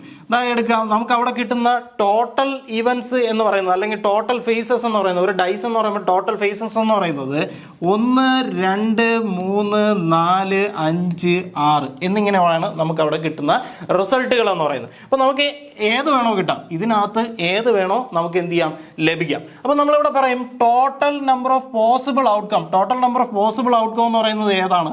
6 ആണ്. 1, 2, 3, 4, 5, 6. ആ 6 അല്ല നമ്മൾ ഉദ്ദേശിക്കുന്നത്. ഇവിടുത്തെ 6 എണ്ണം സംഖ്യകളാണ്, 6 എണ്ണം ഫേസസ് ആണ് നമുക്ക് എന്ത് ചെയ്യുന്നത്, കിട്ടുന്നത്. അതുകൊണ്ട് നമ്മൾ എന്ത് ചെയ്തു, 6 എന്ന് കൊടുത്തു. ഇനി ഇതിൽ നമ്മളടുത്ത് ചോദിച്ചിരിക്കുന്നത് probability of getting an even number എന്നുള്ളതാണ്. അപ്പോൾ ഈവൺ നമ്പർ എന്ന് പറയുമ്പോഴത്തേക്ക് ഇതിൽ ഏതൊക്കെ വരും? 2 വരും, അതേപോലെ തന്നെ 4 വരും, 6 വരും. അപ്പോൾ ഇവിടെ നമുക്ക് ഈവൺ നമ്പർ ഏതൊക്കെ എന്നുള്ളതിന് ഇവിടെ പ്രാധാന്യമില്ല. നമുക്ക് കിട്ടുന്നത് അതിൻ്റെ നമ്പേഴ്സാണ് 1, 2, 3. അങ്ങനെ ആകെ മൊത്തം എത്ര എണ്ണം കിട്ടി? 3 എണ്ണം കിട്ടി. അപ്പോൾ നമ്പർ ഓഫ് ഫേവറബിൾ ഔട്ട്കം എന്ന് പറയുന്നത് എത്രയായിരിക്കും? 3 ആയിരിക്കും. ഓക്കെ, അപ്പോൾ ഞാൻ ഈ പറഞ്ഞ കാര്യം ഒരിക്കൽ കൂടെ പറയാണ്. നമ്മൾ എന്താണ് ഇതിൽ കിട്ടുന്ന റിസൾട്ട്? ടോട്ടൽ റിസൾട്ട് എല്ലാം കൂടെ ചേർക്കുമ്പോഴത്തേക്കാണ് നമുക്ക് എത്ര എണ്ണം കിട്ടുന്നത്? ഈ 6 എന്ന് പറയുന്ന സംഖ്യ കിട്ടുന്നത്.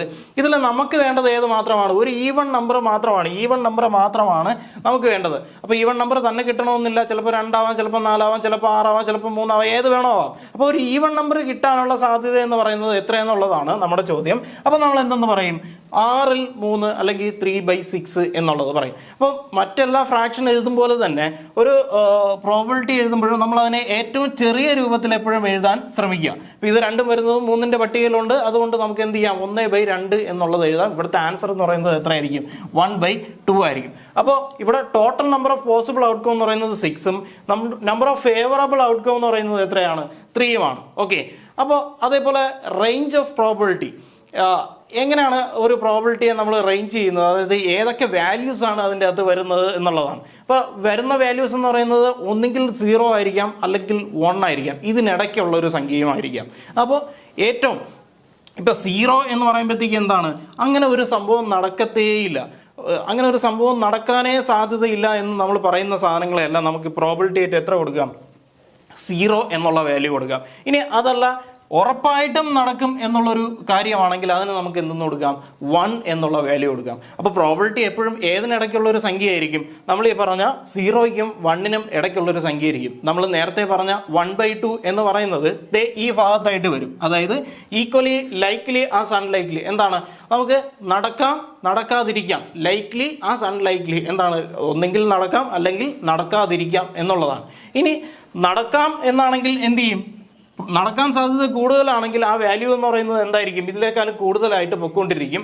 നടക്കാൻ സാധ്യത കുറവാണെങ്കിൽ എന്ത് ചെയ്തുകൊണ്ടിരിക്കും, ഇങ്ങോട്ടേക്കായിരിക്കും വന്നുകൊണ്ടിരിക്കുന്നത്. അതായത് 0-ത്തിലോട്ട് അടുത്തുകൊണ്ടിരിക്കും. നടക്കാൻ സാധ്യത ഉണ്ടെങ്കിൽ അത് 1-ലേക്ക് അടുത്തുകൊണ്ടിരിക്കും. അപ്പോൾ ഇതിൻ്റെ വാല്യൂസ് എപ്പോഴും ഏതിനിടയ്ക്ക് തന്നെ ആയിരിക്കും നിൽക്കുന്നത്, 1-നും 0-നും ഇടയ്ക്കായിരിക്കും നിൽക്കുന്നത് എന്നുള്ളത് പ്രധാനപ്പെട്ടൊരു കാര്യമാണ്. അതൊരു MCQ ചോദ്യമായിട്ട് നമുക്ക് ചോദിക്കാവുന്നതാണ്. അതെങ്ങനെയാണ് വരുന്നത്, 0 less than or equal to P of A less than or equal to 1 എന്നുള്ളതാണ്. അതായത് പ്രോബബിലിറ്റി ഓഫ് ആൻ ഇവന്റ് എന്ന് പറയുമ്പോഴത്തേക്ക് നമ്മൾ എപ്പോഴും സൂചിപ്പിക്കുന്നതാണ് എ എന്ന് പറയുന്നത് ഒരു ഇവന്റ് ആണ്. എ എന്ന് പറയുന്ന ഇവന്റ് ഒരു നെയിം കൊടുത്ത് നമുക്ക് എങ്ങനെ വേണോ പറയാം. നമ്മൾ സെറ്റ് ഒരു സംഖ്യ കൊണ്ട് സൂചിപ്പിക്കുന്ന, ഒരു ആൽഫബറ്റ് കൊണ്ട് സൂചിപ്പിക്കുന്നത് പോലെ തന്നെ P of A എന്ന് പറയുന്നത് നമുക്ക് എന്താണ്, ഒരു ആൽഫബറ്റ് കൊണ്ട് സൂചിപ്പിക്കുന്നു എന്നുള്ളതേ ഉള്ളൂ. എ എന്ന് പറയുമ്പോഴത്തേക്ക് ഒരു ഡൈസ് റോൾ ചെയ്യുന്നതാവാം, അല്ലെങ്കിൽ ഒരു കോയിൻ ടോസ് ചെയ്യുന്നതാവാം, അല്ലെങ്കിൽ ഒരു കാർഡിൻ്റെതാവാം, അല്ലെങ്കിൽ മഴ പെയ്യുന്നതാവാം, എന്ത് വേണോ, അങ്ങനെ ഒരു ഇവന്റ് ആയിരിക്കും എ എന്ന് പറയുന്നത്. അപ്പോൾ എഴുതുന്നത് P of A എന്നുള്ളതാണ്. ഇതിന്റെ വാല്യൂ എന്ന് പറയുന്നത് എന്തായിരിക്കും, എന്നെങ്കിൽ 0-ന് തുല്യമോ അല്ലെങ്കിൽ 0-നേക്കാളും കൂടിയ ഒരു സംഖ്യയോ ആയിരിക്കാം. അല്ലെങ്കിൽ മാക്സിമം ഏത് വരെ വരാം, 1 വരെ വരാം. അതാണ് ഈ ഒരു ഫോമിലേക്ക് നമ്മൾ എഴുതി വച്ചിരിക്കുന്നത്. ഏറ്റവും ഒരു സർട്ടൈൻ ഇവന്റ് ആണെങ്കിൽ അതിന്റെ വാല്യൂ എന്ന് പറയുന്നത് എത്രയായിരിക്കും, 1 ആയിരിക്കും. ഇനി ഇമ്പോസിബിൾ ആയിട്ടുള്ള ഒരു ഇവന്റ് ആണെങ്കിൽ അതിന്റെ വാല്യൂ എന്ന് പറയുന്നത് എത്രയായിരിക്കും, 0 ആയിരിക്കും. അപ്പോൾ ശ്രദ്ധിക്കുക, 2 ഇവന്റുകളെ കുറിച്ച് നമ്മൾ പറഞ്ഞു, സർട്ടൈൻ ഇവന്റും ഇമ്പോസിബിൾ ഇവന്റും. ഇമ്പോസിബിൾ ഇവന്റ് എന്ന് പറഞ്ഞു കഴിഞ്ഞാൽ അത് നടക്കാൻ ഒരു സാധ്യതയില്ല. സർട്ടൈൻ ഇവന്റ് എന്ന് പറഞ്ഞാൽ എന്താണ്, അത് തീർച്ചയായിട്ടും നടക്കും എന്നുള്ളതാണ്. ഇനി ലൈക്ലി ഇവന്റ് എന്ന് പറഞ്ഞു കഴിഞ്ഞാൽ എന്താണ് അവിടെ ശ്രദ്ധിക്കേണ്ടത്, ലൈക്ലി ഇവന്റ് എന്ന് പറഞ്ഞു കഴിഞ്ഞാൽ മേ ബി നടക്കാം, മേ ബി നടക്കാതിരിക്കാം എന്നുള്ള ആ ഒരു ഘട്ടത്തിലാണ് നിൽക്കുന്നത്. അൺലൈക്ലി എന്ന് പറഞ്ഞു കഴിഞ്ഞാൽ നമുക്ക് എന്ത് പറയാം, അത് നടക്കാൻ സാധ്യത തീരെ കുറവാണ് എന്നിങ്ങനെ പറയാം. അപ്പോൾ ഇതിൻ്റെ വാല്യൂ ആണ് നമ്മൾ പറഞ്ഞത് 0-നും 1-നും ഇടയിലായിരിക്കും നിൽക്കുന്നത്. ഓക്കെ, അപ്പോൾ അതിനൊരു ഫോർമുല അല്ലെങ്കിൽ ഒരു കാണാതെ പഠിക്കേണ്ട ഒരു മെത്തേഡാണ് നമ്മൾ പറഞ്ഞത്, 0 less than or equal to P of A less than or equal to 1 എന്നുള്ളത്. ഒന്നെങ്കിൽ 0-ന് ഈക്വൽ ആയിരിക്കാം, അല്ലെങ്കിൽ 1-ന് ഈക്വൽ ആയിരിക്കാം എന്നുള്ളതാണ്. ഓക്കെ, അപ്പോൾ അടുത്ത കാര്യം നോക്കുമ്പോഴത്തേക്ക് നമ്മളൊരു കോയിൻ ടോസ് ചെയ്യുന്ന ഒരു ചിത്രമാണ് തന്നിരിക്കുന്നത്. ഒരു കോയിൻ ടോസ് ചെയ്യുന്നുണ്ട്. ഒരു കോയിൻ ടോസ് ചെയ്യുമ്പോഴത്തേക്ക് നമുക്ക് കിട്ടുന്നത് ഒന്നെങ്കിൽ ഒരു ഹെഡ് ആയിരിക്കാം, അല്ലെങ്കിൽ ഒരു ടെയിൽ ആയിരിക്കും. ഒന്നെങ്കിൽ ഒരു ഹെഡ് അല്ലെങ്കിൽ ടെയിൽ. അവിടെ വേറെ ഏതെങ്കിലും ഔട്ട്കം വരുന്നുണ്ടോ, ഇല്ല, അവിടെ വേറെ ഔട്ട്കം ഒന്നും വരുന്നില്ല. അപ്പോൾ ഒരു കോയിനാണ് ടോസ് ചെയ്യുന്നതെങ്കിൽ, when we toss a coin, ഒരു കോയിനാണ് ടോസ് ചെയ്യുന്നതെങ്കിൽ നമുക്ക് അവിടെ കിട്ടുന്നത് ഹെഡും ടെയിലും മാത്രമായിരിക്കും. അപ്പോൾ അവിടെ വരുന്ന ഒരു പ്രോബബിലിറ്റി എങ്ങനെ കാൽക്കുലേറ്റ് ചെയ്യുക എന്നുള്ളതാണ് ഞാനിവിടെ പറയാൻ പോകുന്നത്. Probability of getting A head എന്നാണ് പറയുന്നതെങ്കിൽ P of H എന്ന് ഞാൻ രേഖപ്പെടുത്തി. അതിന് നമ്മൾ നേരത്തെ പറഞ്ഞ പോലെ എന്താണ്, മാക്സിമം ഔട്ട്കം, അതിൽ സംഭവിക്കാൻ സാധ്യതയുള്ള മാക്സിമം ഔട്ട്കത്തിൻ്റെ നമ്പർ എന്ന് പറയുന്നത് 2 ആണ് അല്ലേ. ഒന്നെങ്കിൽ ഹെഡ് ആവാം, അല്ലെങ്കിൽ ടെയിൽ ആവാം. അപ്പം ഞാൻ 2 എന്ന് കൊടുത്തു. ഇനി നമുക്ക് വേണ്ടത് ഹെഡ് മാത്രമാണ്. അവിടെ എത്ര ഹെഡ് ഉണ്ട്, ഒരു ഹെഡ് മാത്രമേ ഉള്ളൂ. അപ്പോൾ അവിടെ ഞാൻ എത്ര കൊടുത്തു, 1/2 എന്ന് കൊടുത്തു. ഓക്കെ, ക്ലിയർ ആണോ? ഇനി അതേപോലെ തന്നെ probability of getting a tail എന്ന് പറയുന്നത് എന്താണ്, ടോട്ടൽ അവിടെ ഉണ്ടാവാൻ സാധ്യതയുള്ളത് ഒരു ഹെഡും ഒരു ടെയിലുമാണ്. അപ്പോൾ 2 ആണ് താഴെ വരുന്നത്, ഡിനോമിനേറ്ററിൽ വരുന്നത്. ഇനി ന്യൂമറേറ്ററിൽ വരുന്നത് എന്താണ്, 1 ആണ്. കാരണം അവിടെ ഒരു ടെയില് മാത്രമേ സംഭവിക്കുന്നുള്ളൂ. അപ്പോൾ ഇത് രണ്ടും കൂടെ കൂട്ടുമ്പോഴത്തേക്ക് എപ്പോഴും 1 ആയിരിക്കും. ആ കാര്യം നമ്മൾ എന്താണെന്നുള്ളത് ഡീറ്റെയിൽ ആയിട്ട് സംസാരിക്കുന്നതാണ്. അപ്പോൾ ഇവിടെ നമ്മൾ പറഞ്ഞത് ഒരു കോയിൻ ടോസ് ചെയ്യുമ്പോൾ ഉള്ള പ്രത്യേകതയാണ്. രണ്ടാമത്തെ സെന്റൻസ് ശ്രദ്ധിക്കുക, when 2 coins are tossed, 2 കോയിനുകൾ toss ചെയ്യുകയാണെങ്കിൽ അവിടെ ഉണ്ടാകുന്ന പ്രത്യേകതകൾ എന്തൊക്കെയെന്നുള്ളതാണ്. അതായത് ഹെഡും വരാം, അല്ലെങ്കിൽ ഹെഡും ടെയിലും വരാം, അതേപോലെ തന്നെ ടെയിലും ഹെഡും വരാം, ടെയിലും മാത്രമായിട്ടും നമുക്ക് സംഭവിക്കാം. അപ്പോൾ അവിടെ ഉണ്ടാകുന്ന ഇവൻസുകൾ അല്ലെങ്കിൽ അവിടെ കിട്ടിയ ഔട്ട്കം എന്താണെന്നുള്ളതാണ് നമ്മൾ പറഞ്ഞത്.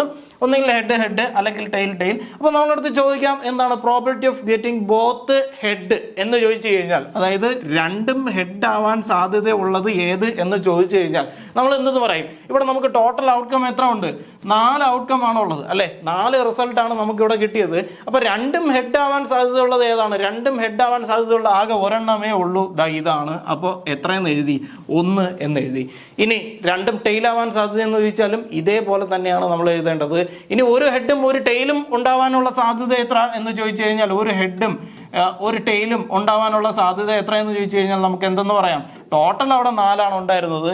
ഇവിടെ നോക്ക്, ഇവിടെ ഒരു ഹെഡും ടെയിലും ഉണ്ട്, അതേപോലെ തന്നെ ഇവിടെയും ഒരു ഹെഡും ടെയിലും ഉണ്ട്. അപ്പം നമുക്ക് എത്രയെന്ന് പറയാം, 2 എന്നുള്ളത് പറയാം. അപ്പം 4ൽ 2. ഓക്കെ, അപ്പോൾ ഇങ്ങനെയാണ് എന്ത് ചെയ്യുന്നത്, പ്രോബിലിറ്റി കാൽക്കുലേറ്റ് ചെയ്യുന്നത്. ക്ലിയർ ആയി കാണുമെന്ന് വിശ്വസിക്കുന്നു. നമുക്ക് അടുത്ത കുറച്ച് ഇമ്പോർട്ടൻ്റ് ആയിട്ടുള്ള പ്രോബിലിറ്റിയുടെ ടേംസ് ആണ് നമുക്ക് നോക്കേണ്ടത്. കുറച്ച് കാര്യങ്ങൾ നിങ്ങൾക്ക് അറിയാവുന്നതുപോലെ തന്നെ കുറച്ച് കാര്യങ്ങൾ മാത്രം. ഓക്കെ, അപ്പോൾ എന്താണ് ആദ്യം ഒരു എക്സ്പെരിമെൻറ്റ് എന്നുള്ളതാണ്. എക്സ്പെരിമെൻറ്റ് അല്ലെങ്കിൽ ട്രയൽ എന്താണെന്നുള്ളതാണ്.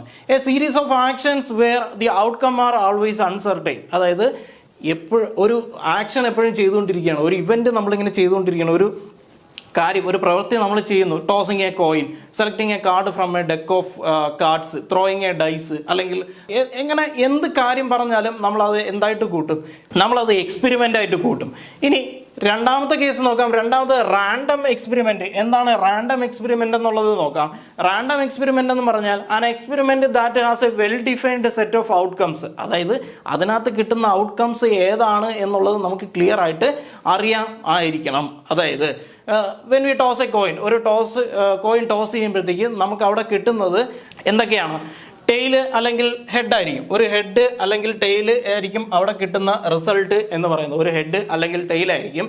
പക്ഷെ നമുക്ക് ഷുവർ ആണോ ഒരു ഹെഡ് തന്നെ കിട്ടുമെന്ന് നമുക്ക് ഏതെങ്കിലും രീതിയിൽ പറയാൻ കഴിയുമോ? ഇല്ല.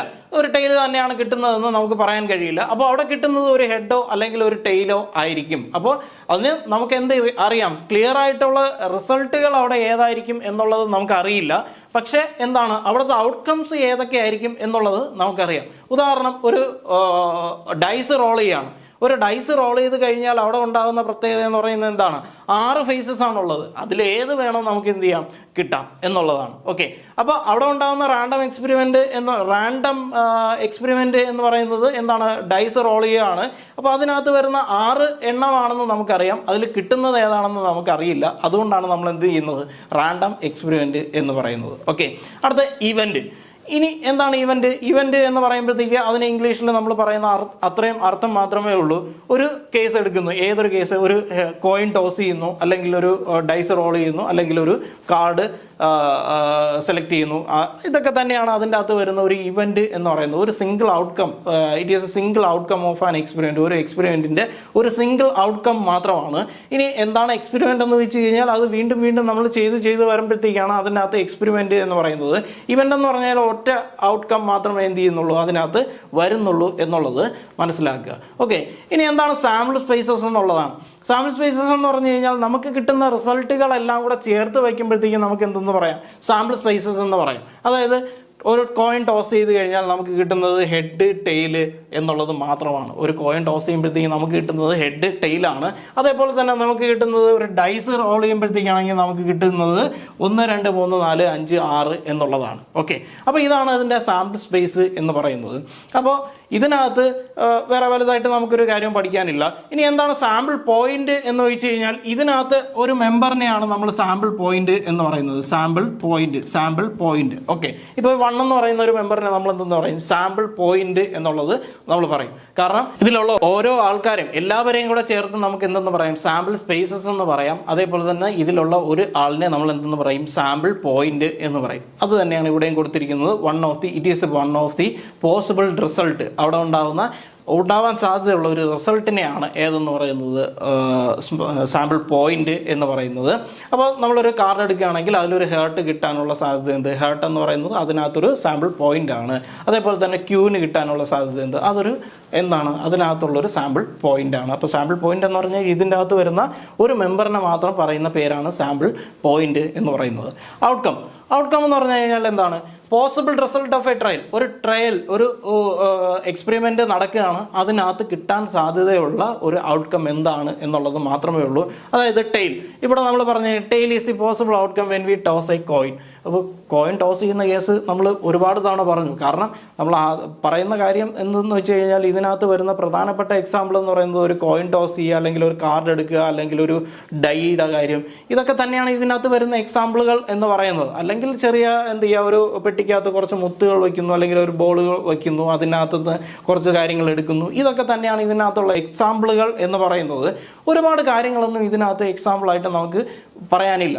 ഓക്കെ, അപ്പോൾ ഇത് വളരെ സിമ്പിൾ ആയിട്ടുള്ള ഒരു ക്ലാസ്സാണ്, വളരെ ബേസ് ആയിട്ടുള്ള ഒരു ക്ലാസ്സാണ്.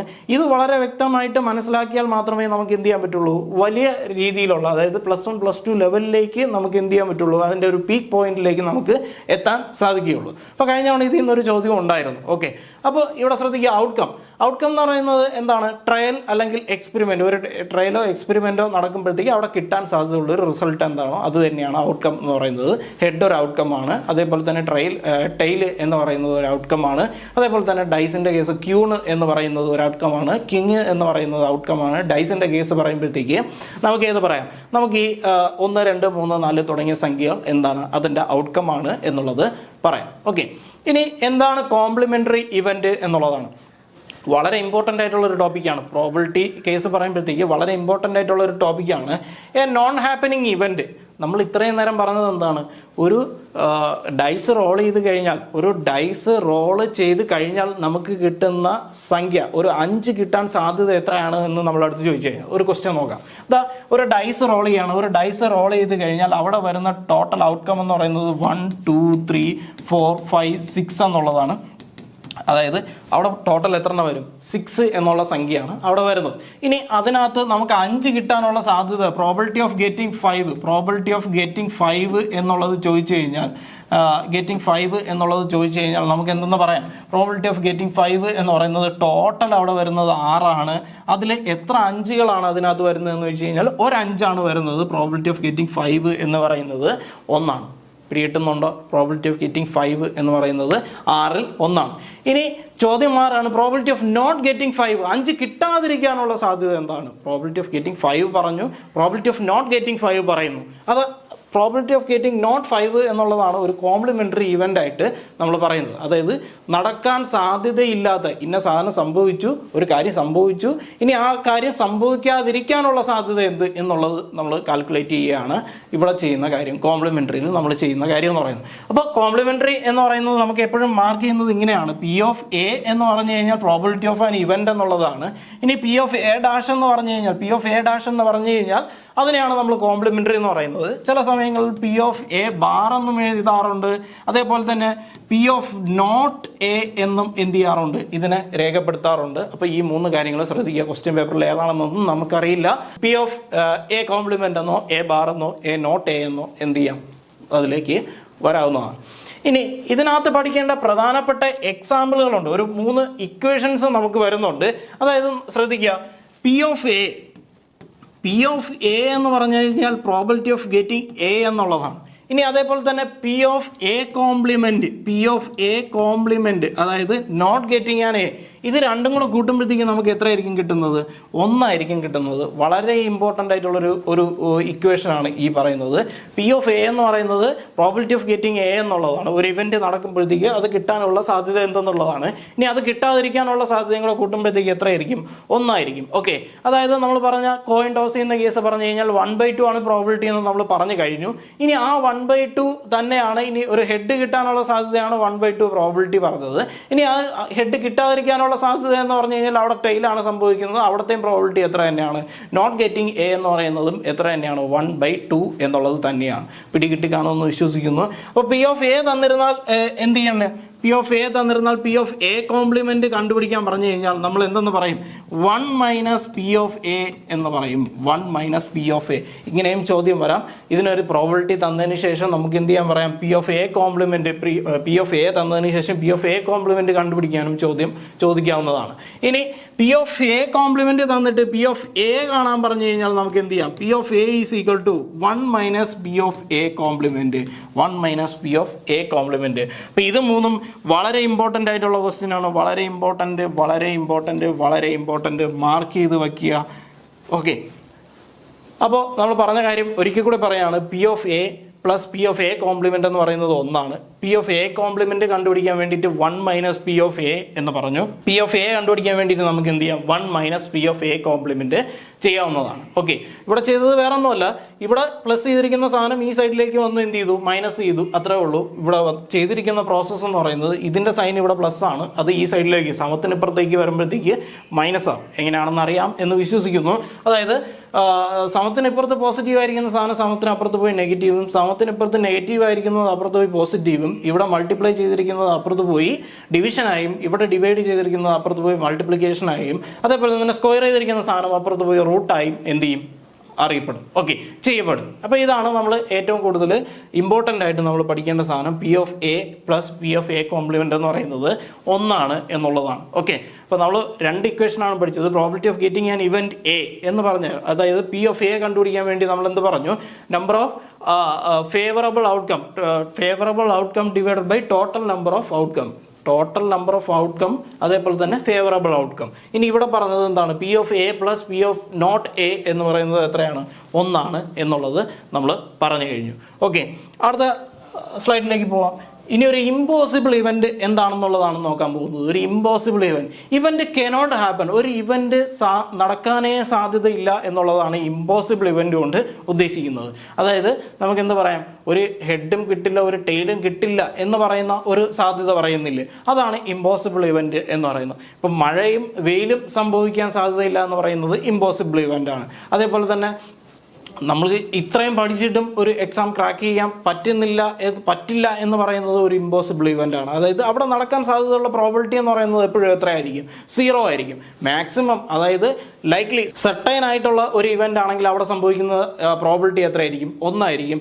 ഇനി അതേസമയം ഇമ്പോസിബിൾ ആയിട്ടുള്ള ഒരു ഇവന്റ് ആണെങ്കിൽ അവിടെ സംഭവിക്കുന്നത് ഏതായിരിക്കും, 0 ആയിരിക്കും. അവിടെ ഉണ്ടാവുന്ന റിസൾട്ട് എന്ന് പറയുന്നത് 0 ആയിരിക്കും. അപ്പോൾ നമുക്ക് ചോദ്യത്തിലേക്ക് കടക്കാം. കുറച്ച് ചോദ്യം ചെയ്യുമ്പോഴത്തേക്കും നമുക്ക് ഇതിൻ്റെ എക്സാക്റ്റ് ഐഡിയ എന്താണെന്നുള്ളത് പിടികിട്ടും. ഈ box contain 6 black and 4 white balls. അതായത് നമുക്കിവിടെ കിട്ടുന്ന ബ്ലാക്ക് എന്ന് പറയുന്നത് എത്രയാണ്, ബ്ലാക്ക് എന്ന് പറയുന്നത് 6 ആണ്. അതേപോലെ തന്നെ വൈറ്റ് എന്ന് പറയുന്നത് 4 ആണ്, അല്ലേ? ഇനി if A ball is taken from it, നമ്മളൊരു ബോൾ എടുക്കുകയാണ്, what is the probability of getting A black, ഒരു ബ്ലാക്ക് കിട്ടാനുള്ള സാധ്യത എന്ത് എന്നുള്ളതാണ്. അപ്പോൾ പി ഓഫ് ബി എന്ന് പറഞ്ഞു കഴിഞ്ഞാൽ ബ്ലാക്ക് കിട്ടാനുള്ള സാധ്യത എന്തെന്നുള്ളതാണ് ഞാൻ കണ്ടുപിടിക്കാൻ പോകുന്നത്. പി ഓഫ് ബി എന്ന് പറയുന്നത് എന്താണ്, P of B probability of it to be a black, ഒരു ബ്ലാക്ക് കിട്ടാനുള്ള സാധ്യത എന്ന് പറയുന്നത് ടോട്ടൽ നമ്പർ ഓഫ് ബാൾസ് ഇവിടെ എത്ര ഉണ്ട്, ടോട്ടൽ നമ്പർ ഓഫ് ബാൾസ് ഇവിടെ 10 എണ്ണം ഉണ്ട്. ടോട്ടൽ നമ്പർ ഓഫ് ബാൾസ് ഇവിടെ 10 എണ്ണം ആണ് വരുന്നത്. ഇനി അതിൽ എത്ര എണ്ണം ബ്ലാക്ക് ഉണ്ട്, 6 എണ്ണമാണ് ബ്ലാക്ക് ഉള്ളത്, 6 എണ്ണം ബ്ലാക്കിലുണ്ട്. അങ്ങനെയാണെങ്കിൽ വരുന്ന പ്രോബിലിറ്റി എന്ന് പറയുന്നത് എത്രയാണ്, 6/10 അല്ലെങ്കിൽ 10ൽ 6 എന്ന് നമുക്ക് പറയാം. ഇനി ഇതിനെ ചെറുതാക്കി എഴുതുമ്പോഴത്തേക്കോ, 5 വരും, മേളിൽ എത്ര വരും, 3 വരും. അപ്പോൾ പ്രോബിലിറ്റി എത്രയായി, 5ൽ 3 എന്നുള്ളതായി. എപ്പോഴും നമ്മൾ ശ്രദ്ധിക്കേണ്ടത് ഇത് ഏറ്റവും ചെറിയ രൂപത്തിലേക്ക് മാറ്റുക എന്നുള്ളതാണ്. എപ്പോഴും നമുക്ക് തെറ്റിപ്പോകാൻ സാധ്യത ഉള്ളതും അത് തന്നെയാണ്. നമുക്ക് കിട്ടുന്ന ഉത്തരം നമ്മൾ കറക്റ്റ് ആണോ എന്ന് നോക്കാൻ വേണ്ടിയിട്ട് ഓപ്ഷനിലേക്ക് നോക്കുമ്പോഴത്തേക്കും നമുക്ക് കറക്റ്റായിട്ട് കിട്ടില്ല. അവിടെ എപ്പോഴും ചെറുതായിട്ടായിരിക്കും നമുക്ക് തന്നിരിക്കുന്നത്. ഓക്കെ, ഇവിടെ വരുന്നത് probability of it to be white കിട്ടാനുള്ള സാധ്യത എന്ത് എന്നുള്ളതാണ്. വൈറ്റ് കിട്ടാനുള്ള സാധ്യത എന്താണ്, എത്ര വൈറ്റ് ഉണ്ട് ഇവിടെ, 4 വൈറ്റുകളാണുള്ളത്. ടോട്ടൽ എന്ന് പറയുന്നത് 10 ആണ്, 4 ആണ് വൈറ്റുകളുടെ എണ്ണം എന്ന് പറയുന്നത്. അപ്പോൾ 4/10 ആണ്. അപ്പോൾ നമുക്ക് എത്രയെന്ന് കിട്ടും, 2/5 എന്നുള്ളത് കിട്ടും. 2/5 ആണ് അവിടുത്തെ എന്ത് വരുന്നത്, ആൻസർ ആയിട്ട് വരുന്നത്. ക്ലിയർ ആയി കാണുമെന്ന് വിശ്വസിക്കുന്നു. Okay, the probability of a event equal to 0 is called. അതായത് ഒരു ഇവന്റിന്റെ പ്രോബിലിറ്റി 0 എന്നാണ് പറഞ്ഞിരിക്കുന്നത്. അങ്ങനെയാണെങ്കിൽ അവിടെ ഉണ്ടാകുന്ന ഇവന്റിന് നമ്മളൊരു പേര് വിളിക്കും. എന്താണ് ആ ഇവന്റിന്റെ പേര്, എന്താണ്, impossible event. Probability of A എന്ന് പറയുന്നത് 0 ആണെങ്കിൽ അതിന് നമ്മൾ പറയുന്ന പേരാണ് എന്തെന്ന് പറയുന്നത്, ഇമ്പോസിബിൾ ഇവന്റ് എന്നുള്ളത് പറയുന്നത്. അപ്പോൾ ആൻസർ ആയിട്ട് വരുന്നത് ഇമ്പോസിബിൾ ഇവന്റ് ആണ്. അടുത്ത ക്വസ്റ്റ്യൻ നോക്കാം.